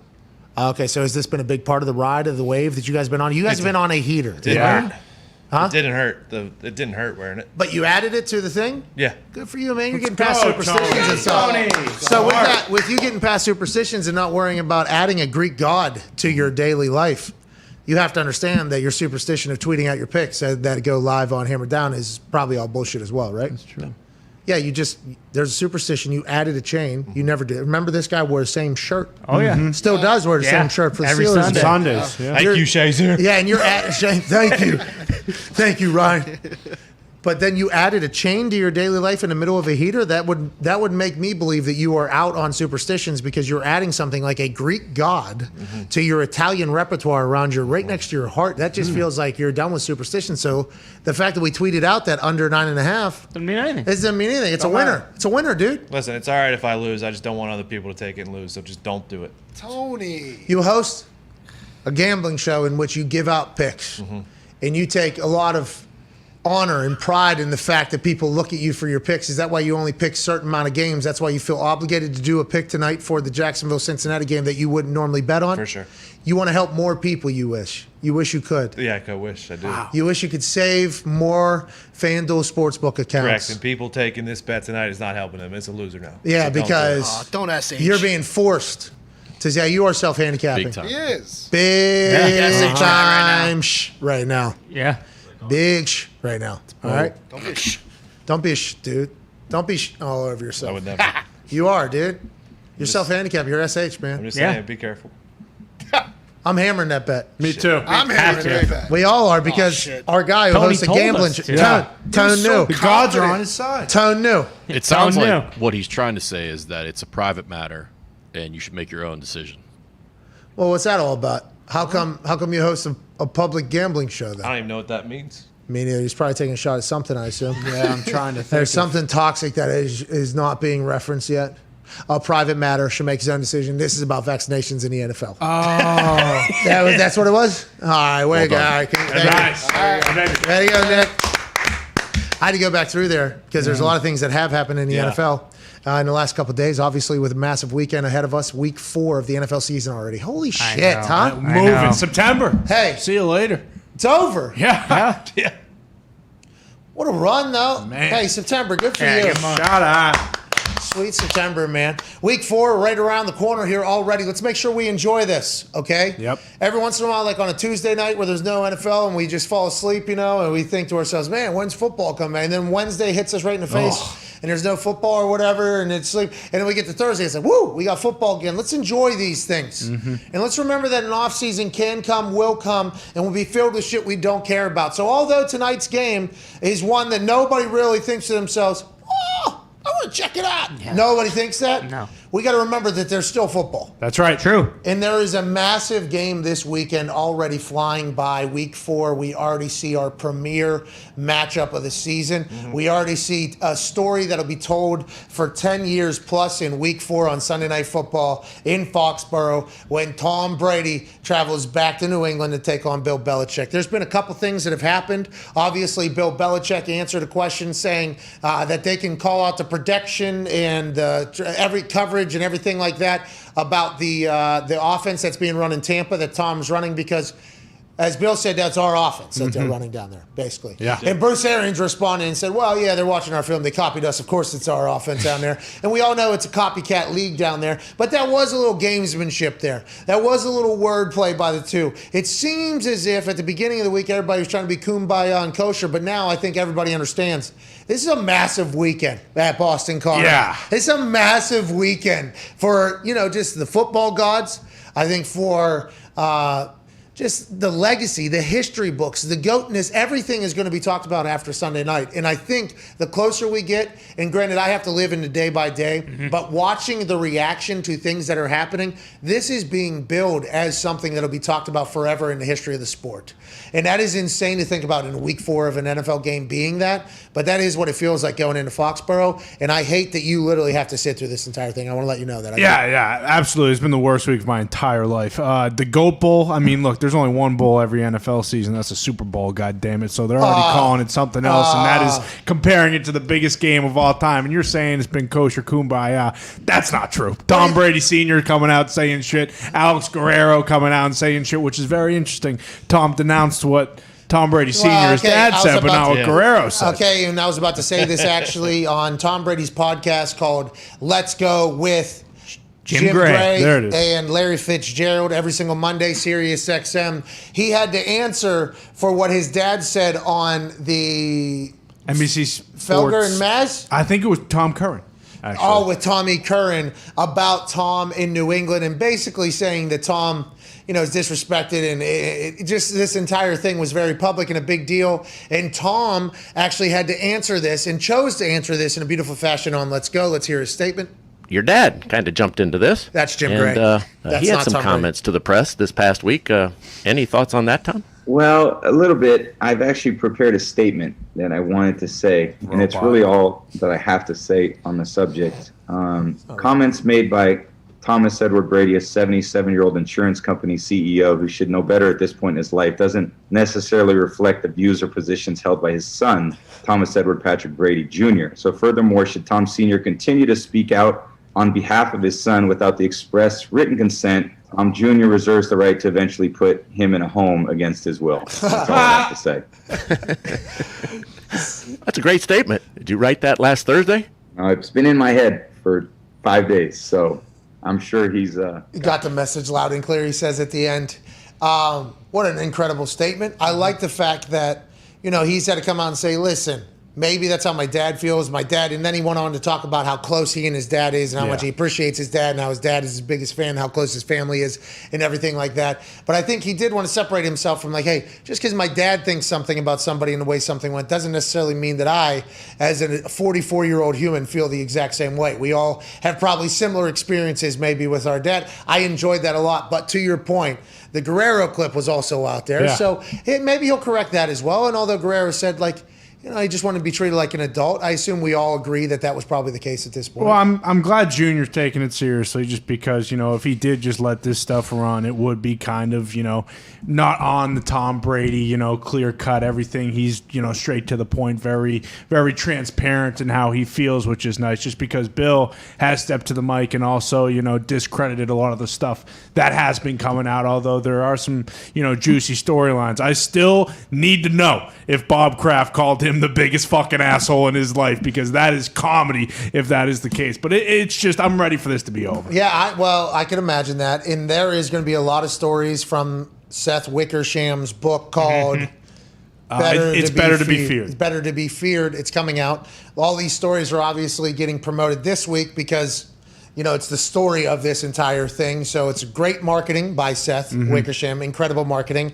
But there's going to be, anytime you have anonymous sources, there's going to be discrediting the stories. There's going to be variations of stories. There's going to be everything like that. But I think we can get the overall, kind of spirit of what was going on out of that book, I think is going to happen. But I can't wait to hear. Bill Belichick said that a lot of it was not true, right? He came out and debunked a couple things. Yeah, because a big one was about how he didn't want to meet Brady face to face when Brady was leaving, and Bill said no, that's not true. A lot of this stuff is third, fourth hand accounts, and all the thing about him wanting him out of town. He talked about how he said this before. He didn't say this yesterday in his press conference, but hey, we offered him a contract. It was just it wasn't the right fit, and he wanted kind of a longer commitment.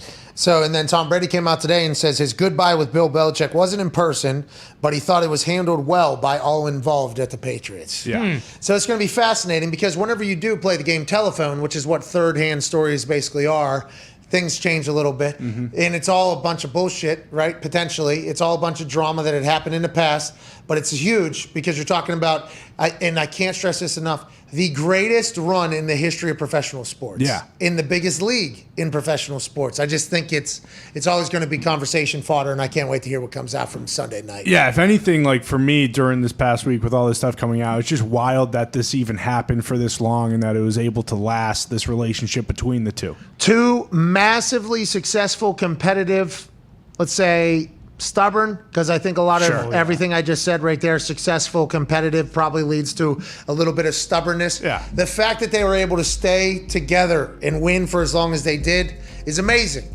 If you just think about in your personal life with two people who have pretty similar personalities in the same group, if you were to be around them and have a massive amount of success and have a spotlight on them with potential stories being told, you could see how those two could potentially inevitably end up rubbing each other the wrong way. Yeah.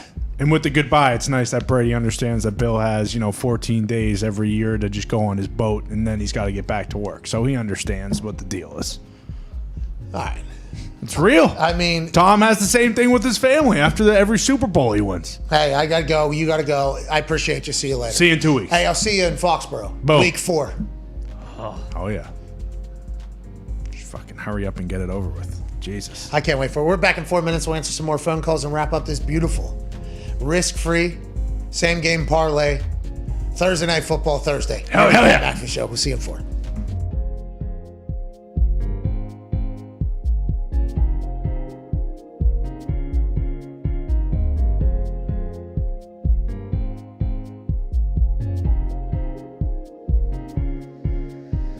This is Remember the Titans. How's it going? My name is Pat McAfee. I do a lot of things. Today I am a professional analyst getting ready for the Thursday Night Football opener in beautiful Nippert Stadium with the Cincinnati Bearcats here at Higher Ground. This secluded world.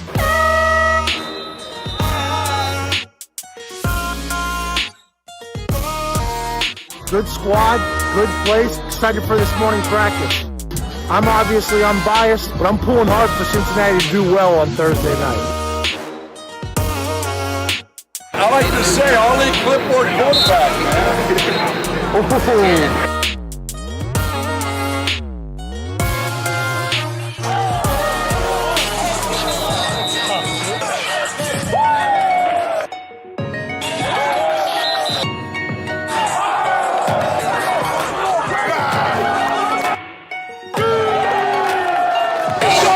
is awesome.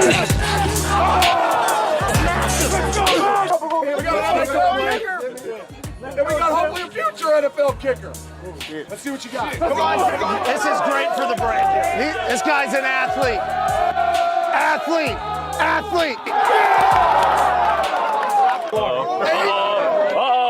Hey, let's go. Let's go. Hey, they say kickers are athletes. We'll find out. Let's go. Pull it up. Heads up. Popping on a west side, this is where I stay. I just Hey, I appreciate that. Thank you so much for the hospitality. Have a great day. Let's go get away. 1, 2, 3, 1, 2, 3. going in, I'ma close the case. I can't wait no more, man, I gotta blow today. I'ma blow today. I ain't hearing what they say.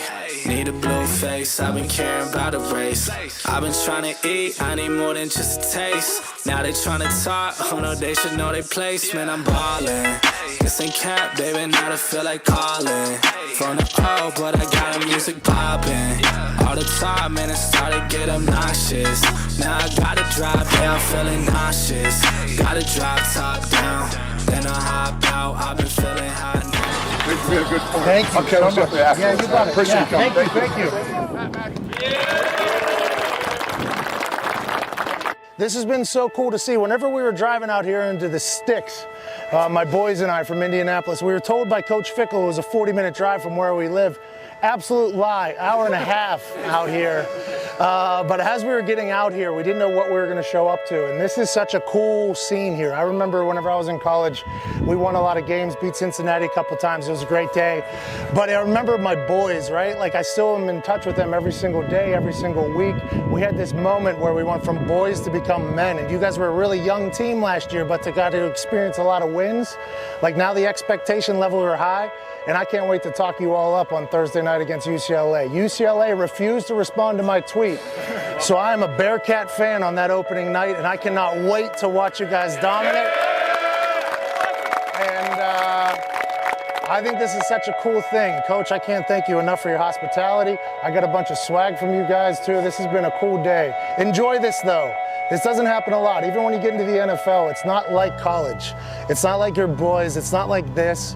It's a whole different world that you'll remember forever, and I was honored to be here to watch you today, and I can't wait to watch you guys go win the thing on Thursday night and then throughout the rest of the season. Thank you so much. Cheers, boys. Thank you.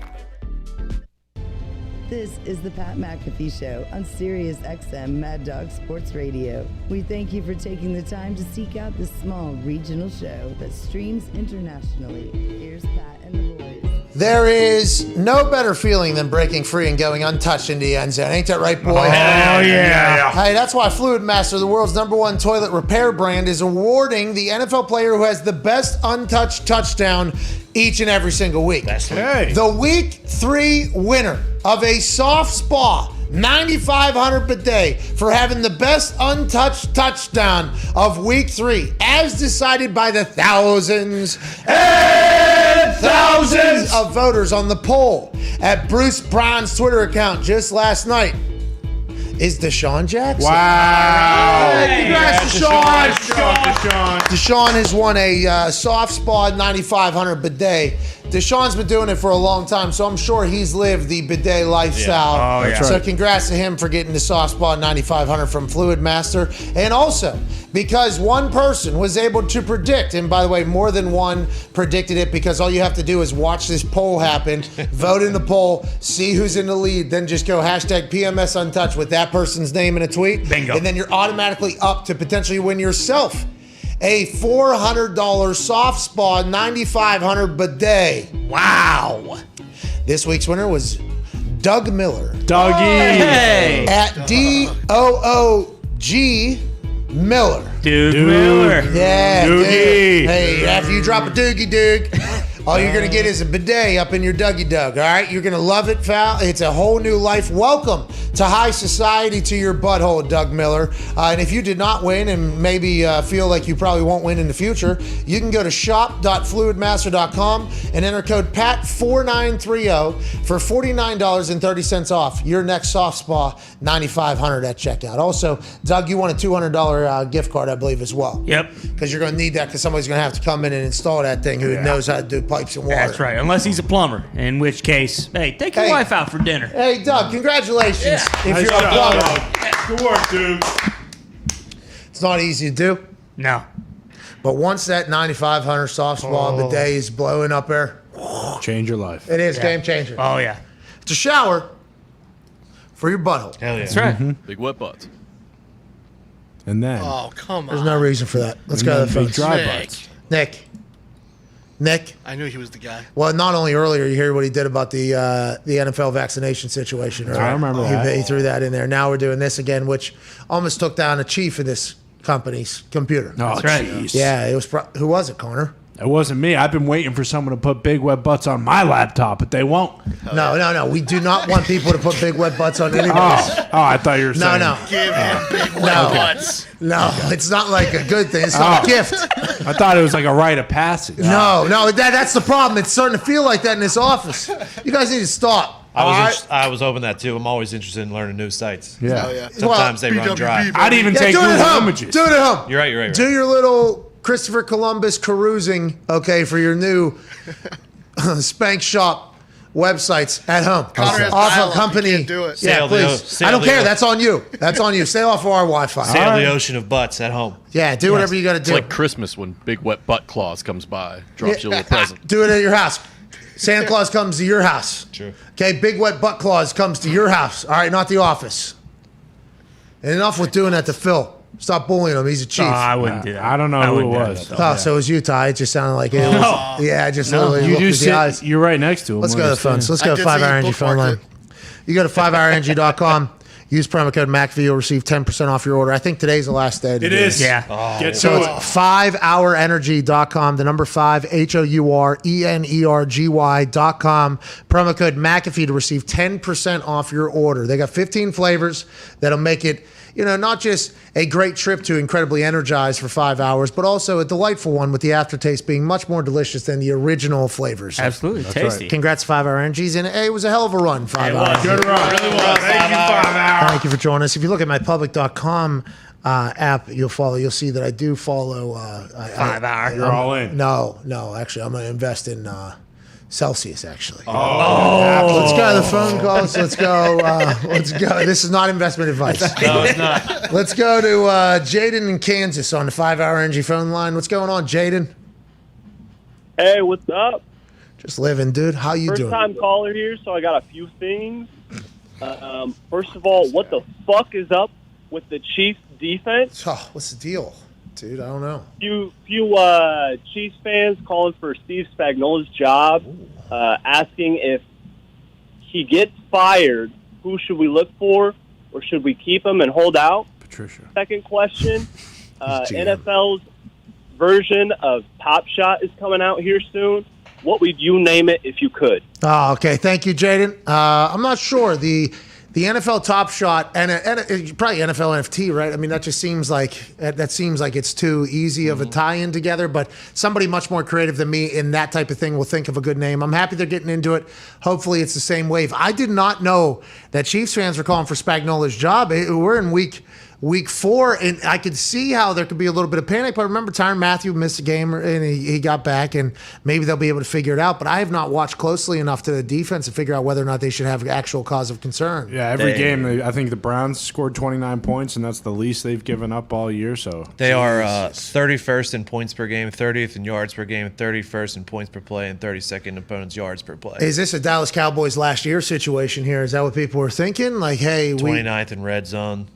Nothing really looking good, huh? First quarter of the season, Chiefs defense looking very bad. It's usually not Well, a they got problem. Stone Cold Jones right over there. Yeah, they got moved Tyrann him Mathieu. outside, though, which was everybody's talking about, right? Weird. That's being a big deal because he can stop the run, even though they're being bad against the run in the middle. So I don't know. It's early, though, I think. I was right? going to say, it seems like they've done this the last few years, and then usually, like, around the time of the playoffs, their defense kind of comes into form. Like, I'm pretty sure the year they won the Super Bowl, their defense was kind of like this early, and then once we got to the playoffs, it was like, oh, yeah, they have the full complement of guys back, and they started playing, much better. I think that's a big deal, you know? But if the fans are watching, they're like, nah, this guy stinks. Get him out of here. I mean, I'll take their word for it, I guess. I have seen online a couple times that people are now upset about the Clyde Edwards-Helaire draft pick because they didn't really need any help on offense anymore. Now that they could have got a corner or a See, we asked a lot of questions there, right? We asked a lot of questions when it happened. Then the first night, Clyde Edwards-Helaire had like 200 yards or something like that. So it was like, okay, it makes sense. Obviously, Andy Reid has a plan or whatever. It's like, we didn't know do you need this person to make your team better right now? And everybody, I assume, thought they were going to go maybe defense, but it made sense because that team has been so incredibly efficient offensively. So there's a lot of questions that happen in hindsight. You know what I mean? Yeah, and if they win 4 straight games, and nobody's going to say anything. You know what I mean? Especially 17-game season. If you have 2 losses and you're 15-2 at the end of it, I mean, 14-3, 13-4. I mean, you're a good team. Yeah. Plus, this is what Rodgers has been dealing with for every 10 plus years. Yeah. Let's go to Paul in Sacramento on the 5 Energy phone line. What's going on, Paul? Hey, man, what's going on, Pat McAfee? Just hanging out. What's going on with you, Paul in Sacramento?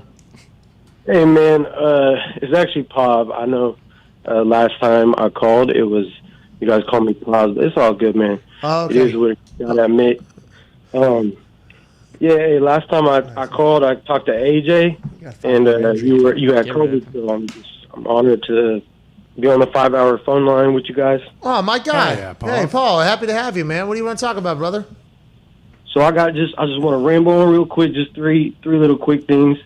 I got this little fascination. Like, one of these teams is going to go 0-17 out of 0-3. Which one do you guys think is going to go 0-17? Okay. Colts. Whoa. All right. What's the next one, Paul? Jeez Louise. Hard knocks curse, dude. All right, Paul. Sorry about it. We got 40 seconds. I love Paul. I appreciate it, Paul. But Zito was in my ear telling me that 5-hour energy, I think, extended. Oh, really? Hey, massive. Let's go, 5-hour. Welcome back. Thank God. Let's go. Thank God. I was a little bit worried about that because a shot and a drink are 2 different things. I can invest in them. Yeah, thank God. No, I invest in it. Exactly. It's not investment advice, obviously. No. All right, from everybody here to all of you, we can't thank you enough. Thanks to the guests today. Obviously, incredible conversations. Coach Fickle, what a guy. Ariel Helwani on the Helwani Show. Thank you for him. And obviously, Harrison Smith is an absolute stud. Yeah. We'll be back, Mignogna. I believe AJ will be here. Ooh. I don't know. Well, we do know that Chris Mad Dog Russo should be better than ours. And that's in 6 minutes. See you then. I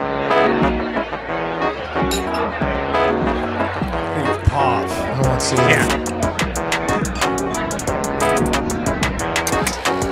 Yeah, I didn't read the sheet. It's on the sheet right there. Line 1, I should have read it. That's on me, Bruce. I didn't. That's on me. It says December 31st. It's going to. Wow. Oh, big extension. Literally the first line. Yeah. Hey, here we go. Yeah, that fucking pumped about it. 5-hour energy phone lines. We love them, dude. We thought they were out of the game. Plus, now all the Winter serious flavors? guys, they're running to it. Yeah. Which helps. Yeah, absolutely. What were you saying? Is there? Winter flavors? I'm not sure. They got 15 of them. Oh, cold as ice, you're saying. You're as cold as ice. Willing to sacrifice our love. I've seen it before. Let's go. Let's go to the 5-hour energy phone line, man. Hell yeah. Fucking love this thing. Pumped it's back. Me too. It was gone there for a little bit. I was pumped. Wasn't it? Yeah. You were pumped? No, I was bummed. Oh, I thought you said you were pumped. I was like, no. Now we got 3 more months. Of great. So make sure you 5-hour order. energy. Yeah. Make sure you order today because it's running out soon. It's running out. We did have a lot of let's take advantage of this now. Might not be around much longer. No. A lot of because when we first started reading it, we're like, all right, people got a month and a half. Plenty of time. And then football started. And then football started, games started happening, weeks started flying. It's like, whoa, hey, this is the last day of this thing. Turns out it wasn't. No. 3 months in 1 day. First line right there, actually. You got 3 months to use it. Let's go to Davis up there in Michigan. What's going on, Davis? Oh, maybe a bird call or a referee. Pat. What's going on, pal? Pat, boys, how we doing? Great. How are you? Great. Two quick things. Riding with the single game parlay tonight. Let's go. Oh, yeah. Same game parlay. Somebody hung. I didn't hang up. No, I think he said single game parlay, and then you said same game, and his brain exploded. And He's not. No. I hung up on him because I'm tired of these fucking callers having one Whoa. thing. No. He said he had two things. He said his one thing. That's all he gets. Wow. Mitt's hanging up on the back. Picking up the phone. This is the best thing. This is the best thing that's ever happened. Mitt's running people off the line. Mitt, that is all. You did that to more. He did that to more than one person. Pav, too. Yeah, he did it a couple times. I'm like, oh, right. Look at how happy Tony. Tony's so happy. Hey, Mitt, shout out you, dude. And a baby Mitt. Hey, Mitt took it personally whenever we said these callers, like, hey, we need a little juice. Like, you're adding to the show. We need you. The reason why we're going to the phone line is because we need you. We need a little something. And Mitt's like, yeah, I tried, tell him. Yeah, I think in the first hour or two when you said, hey, let's go to the phones, and then there was no one on, Mitt was pretty bummed about that. So as Mitt well. is taking two shots in his eyes. He's taking two shots. I have not viewed it that way, by the way. No. I have not viewed the callers as Mitt's fault, okay? I have not viewed that there was no caller. I actually didn't say 18334 McAfee earlier, so that's on me. But I do like the fact that Mitt said, no, I ain't fucking hearing it. He's taking it personal. I like it. Yeah, he's like, I ain't hearing it. He said they tell him that they have one thing on the phone and they come with three to you. That ain't happening. Hey, as soon as you say two, it's like, okay, we don't know which one we should get excited about. You know, and we don't know which. And if I hear three, I just stop listening. Yeah. Immediately. Yep. Pick your best one. But then the three there, were we going to answer each one individually, and then he was going to ask the next one, and then we were going to do it again three times? Or lay Sounded three like it. out and then answer three questions. 3 questions is a full interview on a lot of shows. It really is. That is a full. So, like, I appreciate him wanting that much information from us. You know, probably because he has better information. He wanted to tell us what we were probably wrong about. So I am sorry we didn't do that. But come hit this ground running. We have some great callers. Oh, yeah. We have some great callers. So don't take it too personally, Mitt. But Mitt's fucking, nope, fuck this guy. I'll let him through. Scoot out of here, man. I stopped smoking to answer your call, man. His smoking TikTok yesterday. Oh, man. I didn't watch. Oh. I try to just stay away from those types of things because I like to Mitt, you know? Yeah, they took it down off of TikTok. Yeah, they took it down. They're banning him. Mitt he's got big censor coming down. Yeah. Yep. You're getting censored now? Big Mitt's hanging up on people. He's getting censored by platforms. Yeah. American badass. Yeah, this guy. He's an American badass. Oh, yeah. Can't be singing those songs. Yeah, I can't do it anymore. Oh. Yeah. Can't do it. That's on us. Let's have a moment of silence for us doing that. That moment won't happen again. Let's go to Spencer in Colorado. What's going on, Spencer? What's going on, Mitt? What's up, fellas? Hey, Spencer, my man. What's going on with you, dude? What do you want to talk about? Man, I'm loving this Thursday. We got a hell of a weekend coming up. A lot of action in the college world as well as in the NFL. Dude, I'm stoked. Me too, dude. That Coach Luke Fickell interview, that got me hyped. Me too. From Kentucky, I can say with confidence, we love our folks up there in Cincinnati, man. My guy. Yeah. Spencer, my guy. Yeah. Yeah, man. So, wanted to also give you props on the moment of silence for our guy, J-Lo. That led me down a rabbit hole of hefty lefty highlights yesterday. That made my day. Jared Lorenzen. Okay, thank you. The Pillsbury Throw Boy. I had not heard him called J-Lo, but absolute legend. I'm happy you could do that. He's here every single day. He's a legend of a human. Yes. Legend of a human. Oh, yeah. Yeah, Kentucky. He's a man. He's Yeah, a man. Absolutely, Spencer. Those Northern Kentucky River Monster highlights. Highly recommend them. But arenally, yeah. Speaking of UK quarterbacks, how about our guy Will Levis at UK? All right. It's good energy. Too long. Yeah. When you have 18 things. He eats bananas with peels on him. That's the only thing anyone knows him for. Correct. Who? The Kentucky quarterback did like a TikTok where he ate a banana with the peel still on it. And Oh, everyone's like, Austin Savage! Okay. That's exactly what it was. Hold on, I saw it. I did see this. I didn't know who it was. That was wild. That was a wild move. Yeah. That's where the whole nutrients are. Correct. You know what I mean? That's why the multiple monkey species that do eat bananas eat them. They rip them in half and then they squash them in there like we would do with like applesauce that comes in a squeezy thing. Go-gurt. Yeah, and Go-gurt, and then they eat the thing. Yeah, so, I mean, I respect him getting all the nutrients out of that thing, but I think there's a lot of other foods you can get those nutrients from as well, so I appreciate Take a vitamin, take a multivitamin. Multivitamin probably get you there, you know. I thought the macaques were peeling their bananas. So the macaques, actually, they were down there cleaning their nuts Their and their fruits. bananas and their that's right. fruits, yeah. I cannot believe the macaques have not made an appearance on SmackDown yet, by the way. I was watching this monkey species, the macaques, and the macaques have... I mean, they actually have a tier system on where you live and how you live, and they bully people and they clean. I mean, they are humans, but just in a tiny little macaque form. Just like the bloodline. Bingo. Bingo. What's that, pal? MCDC hired someone on their sideline.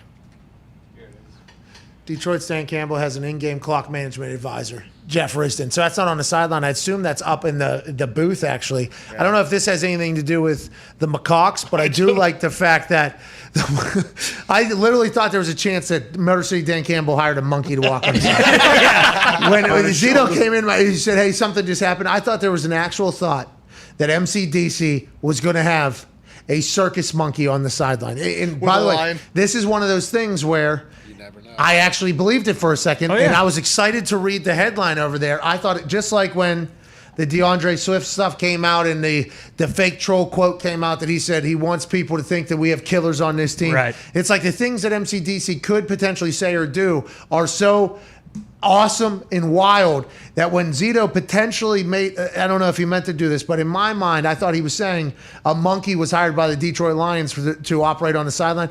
I legitimately thought it was happening, and I was so excited. I was so pumped. I'm like, we haven't won without the monkey. Like, that's MCDC's thought. We haven't won without it. Maybe we had one in here. But instead, it's just an in-game clock management person.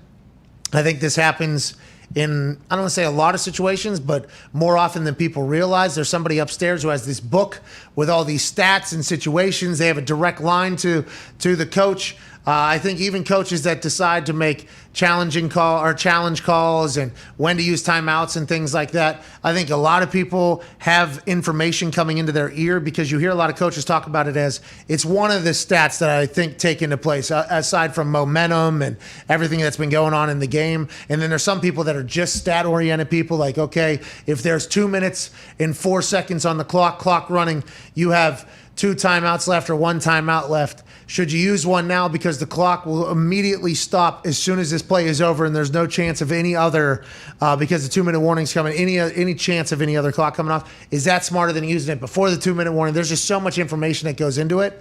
I would like for the head coach to be somebody who would make that decision themselves. Because, you know, the head coach was hired. The head coach is the one speaking to the team. The person that's making that decision it might be another coach, might be a scouting assistant, might be a numbers expert, who knows who it is. I don't think they'll get as much blame for when MCDC ultimately makes a decision that is bad or good. But we'll see how it goes, I guess. If it makes the Lions better, who cares? You'll be pleased to know this guy doesn't actually have any input in the game. MCDC said he takes notes for him and then he reviews them after the game for decisions for next time. Says like, hey, we could have done this here instead of what you did. Oh, so he's just learning. Yes. Yeah, keep in mind Anthony So Lynn he's is our learning. offensive coordinator. What's that? Anthony Lynn is the offensive coordinator as well, so this is probably pretty smart. Well, and we saw what was going on with the Chargers, but they're going through last year. Listen, Anthony Lynn had a team. They were very close to winning a lot of games. Situational awareness, though, seemed to be very low on that team. Was it the players? Partially, I assume. Was it the coaching? Partially, I assume. Who knows? But Anthony Lynn going in there with a new head coach in MCDC, getting an expert in situational awareness in football so they can learn. Good idea. I don't know if it should have been made public.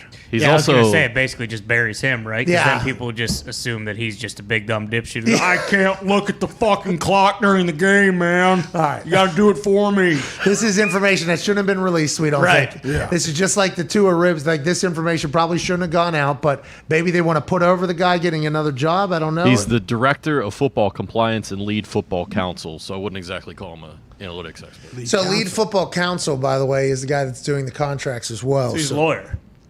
I mean, clock lawyer. So he's just going through some things with MCDC. This isn't a decision maker. No, this is just a learn from. I don't know how. Once again, I don't know how this got leaked. I don't think this is good news. If you're, you know, Dan said it. Yeah, he was asked about end of game clock situation. I need it, man. I need it. I don't know what the fuck I'm doing out there. Shit. Are you? Okay. All right. As long as it makes the team better, who cares, right? Yep.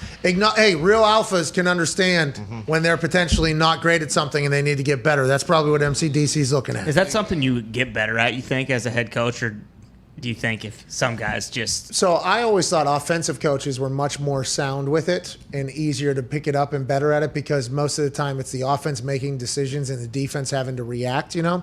So I think like younger coaches that are potentially on the defensive side of the ball are getting baptized in fire for some of the situations like go for it, not go for it, timeout, not timeout. How do we operate this with a 4-minute offense versus 2-minute offense? I think all that shit is, I don't want to say foreign to them. They know about it because they've been around a long time, but they haven't had to make direct decisions about it in their entire life. So I think it is something you get better. Experience definitely helps, but I also think some people have a knack for understanding it and not. Like I think it is something. Like I think it is a trait that you're either good at or not good at. Like I think picking and choosing when to challenge is a skill. Yeah. You know, and I think some coaches are better at it than others. I think there's a lot of things that are potential skills that not everybody has, I think. And I didn't always realize that maybe not everybody had it because you see one person in a position that can do something and you see somebody else in the same position. You think to yourself, well, why can't you just do exactly what they're doing? It's the same exact job. I think those are different skills, observance levels, I think, and everything like that. So I like that he's learned about it, but I don't think this should have been public knowledge. The Lions fans, that's just one more thing for Lions fans. That's what I was going to say. I assume there's a guy in every single franchise's building that does this. It's just something like this, yeah. Yes, it's just the fact that it's MCDC, it's the Lions, people will make fun of it. Yeah. So what you're saying is... you don't deserve that, too. No, and that's like with the reporter, exactly what they were trying to get out of Dan Campbell so they could write this. But Dan headline. Campbell was a tight end, obviously. So, like, I'm not saying he was a defensive guy. I'm just saying that is how I view those types of situations because special teams are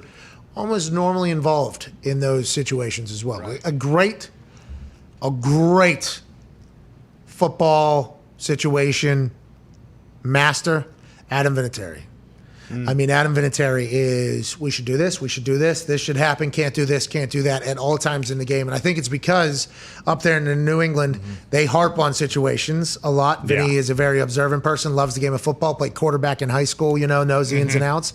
And then also, kicking is normally involved in that thing. His life and job is normally involved in those situations, whether it's a last-second field goal, last-second punt, the everything that kind of gets in there. Vinny is very, very good at it. And that makes sense, the New England, because every time he's on, nobody loves time management more than Lombo. In Lombardi, we'll talk about a kickoff that potentially didn't take any seconds off the clock. That was a touchback instead. You can take those things win games. Yeah. So that was whenever we saw the Chargers last year doing what they were doing in situation, running out of bounds when you clearly shouldn't run out of bounds. We at least need to take the timeouts off the other team here if we want to give ourselves a chance to continue to win this game. I mean, there's just a lot of those things happen. And I think you can see teams that don't win these games or get the lucky bounces or things like that normally don't do well in the situations as well. But it's something you mature through, I think, and learn through. And you have to experience, I think, getting fucked over in a situation before you really realize that whole thing. Yeah, Lombardi pointed at the Week 1 Ravens-Raiders game where the Ravens should have just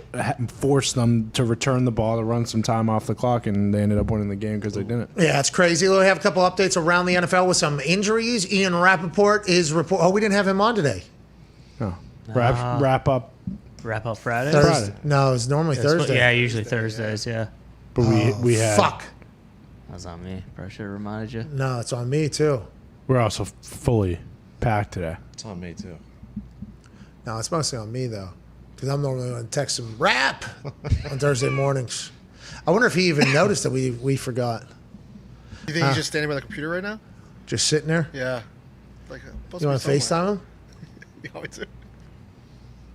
Yeah, FaceTime him, see if he answers. It's probably in his phone as the show. We can't go by. I mean, you know? Yeah. What if he answers? Is he going to answer anything? There's no way. Is he on TV? We should look. I thought he was on TV because doesn't he have a window? What if he's on TV and this thing is just blaring in the side? That'd be awesome. Oh, that'd be awesome because everybody from that place does it to him when he's not answering. See what it says?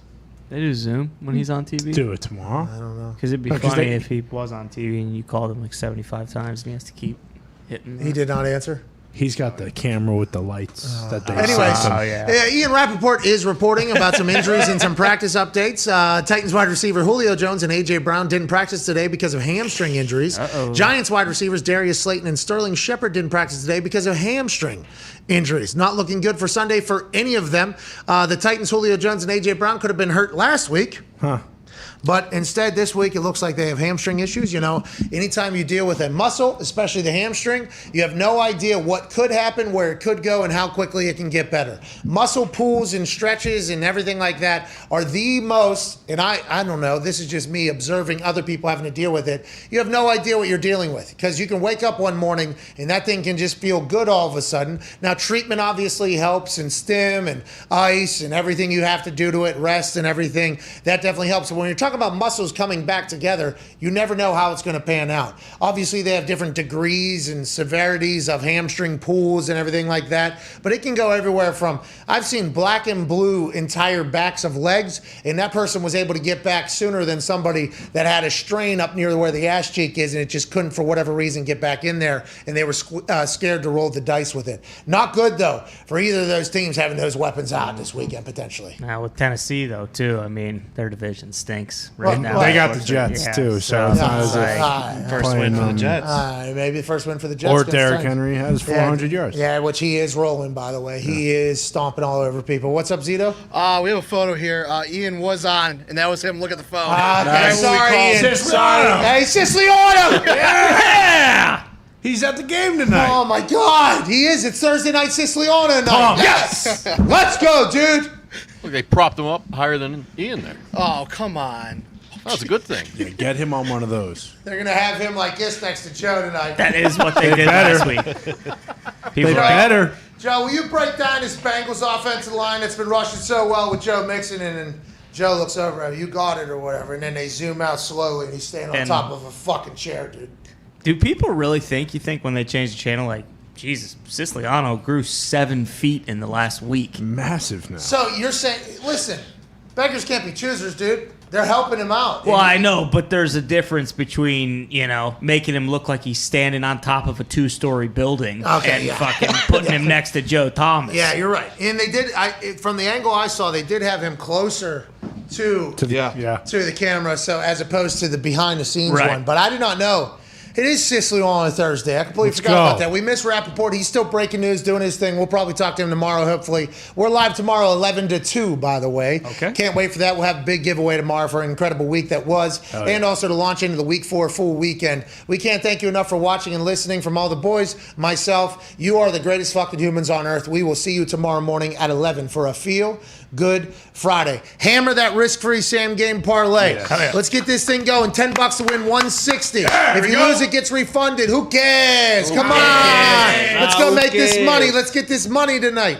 And obviously, Hammer Down is in 15 minutes at youtube.com/Hammer Down. That's DAHN. You're the greatest. See you tomorrow. Bye.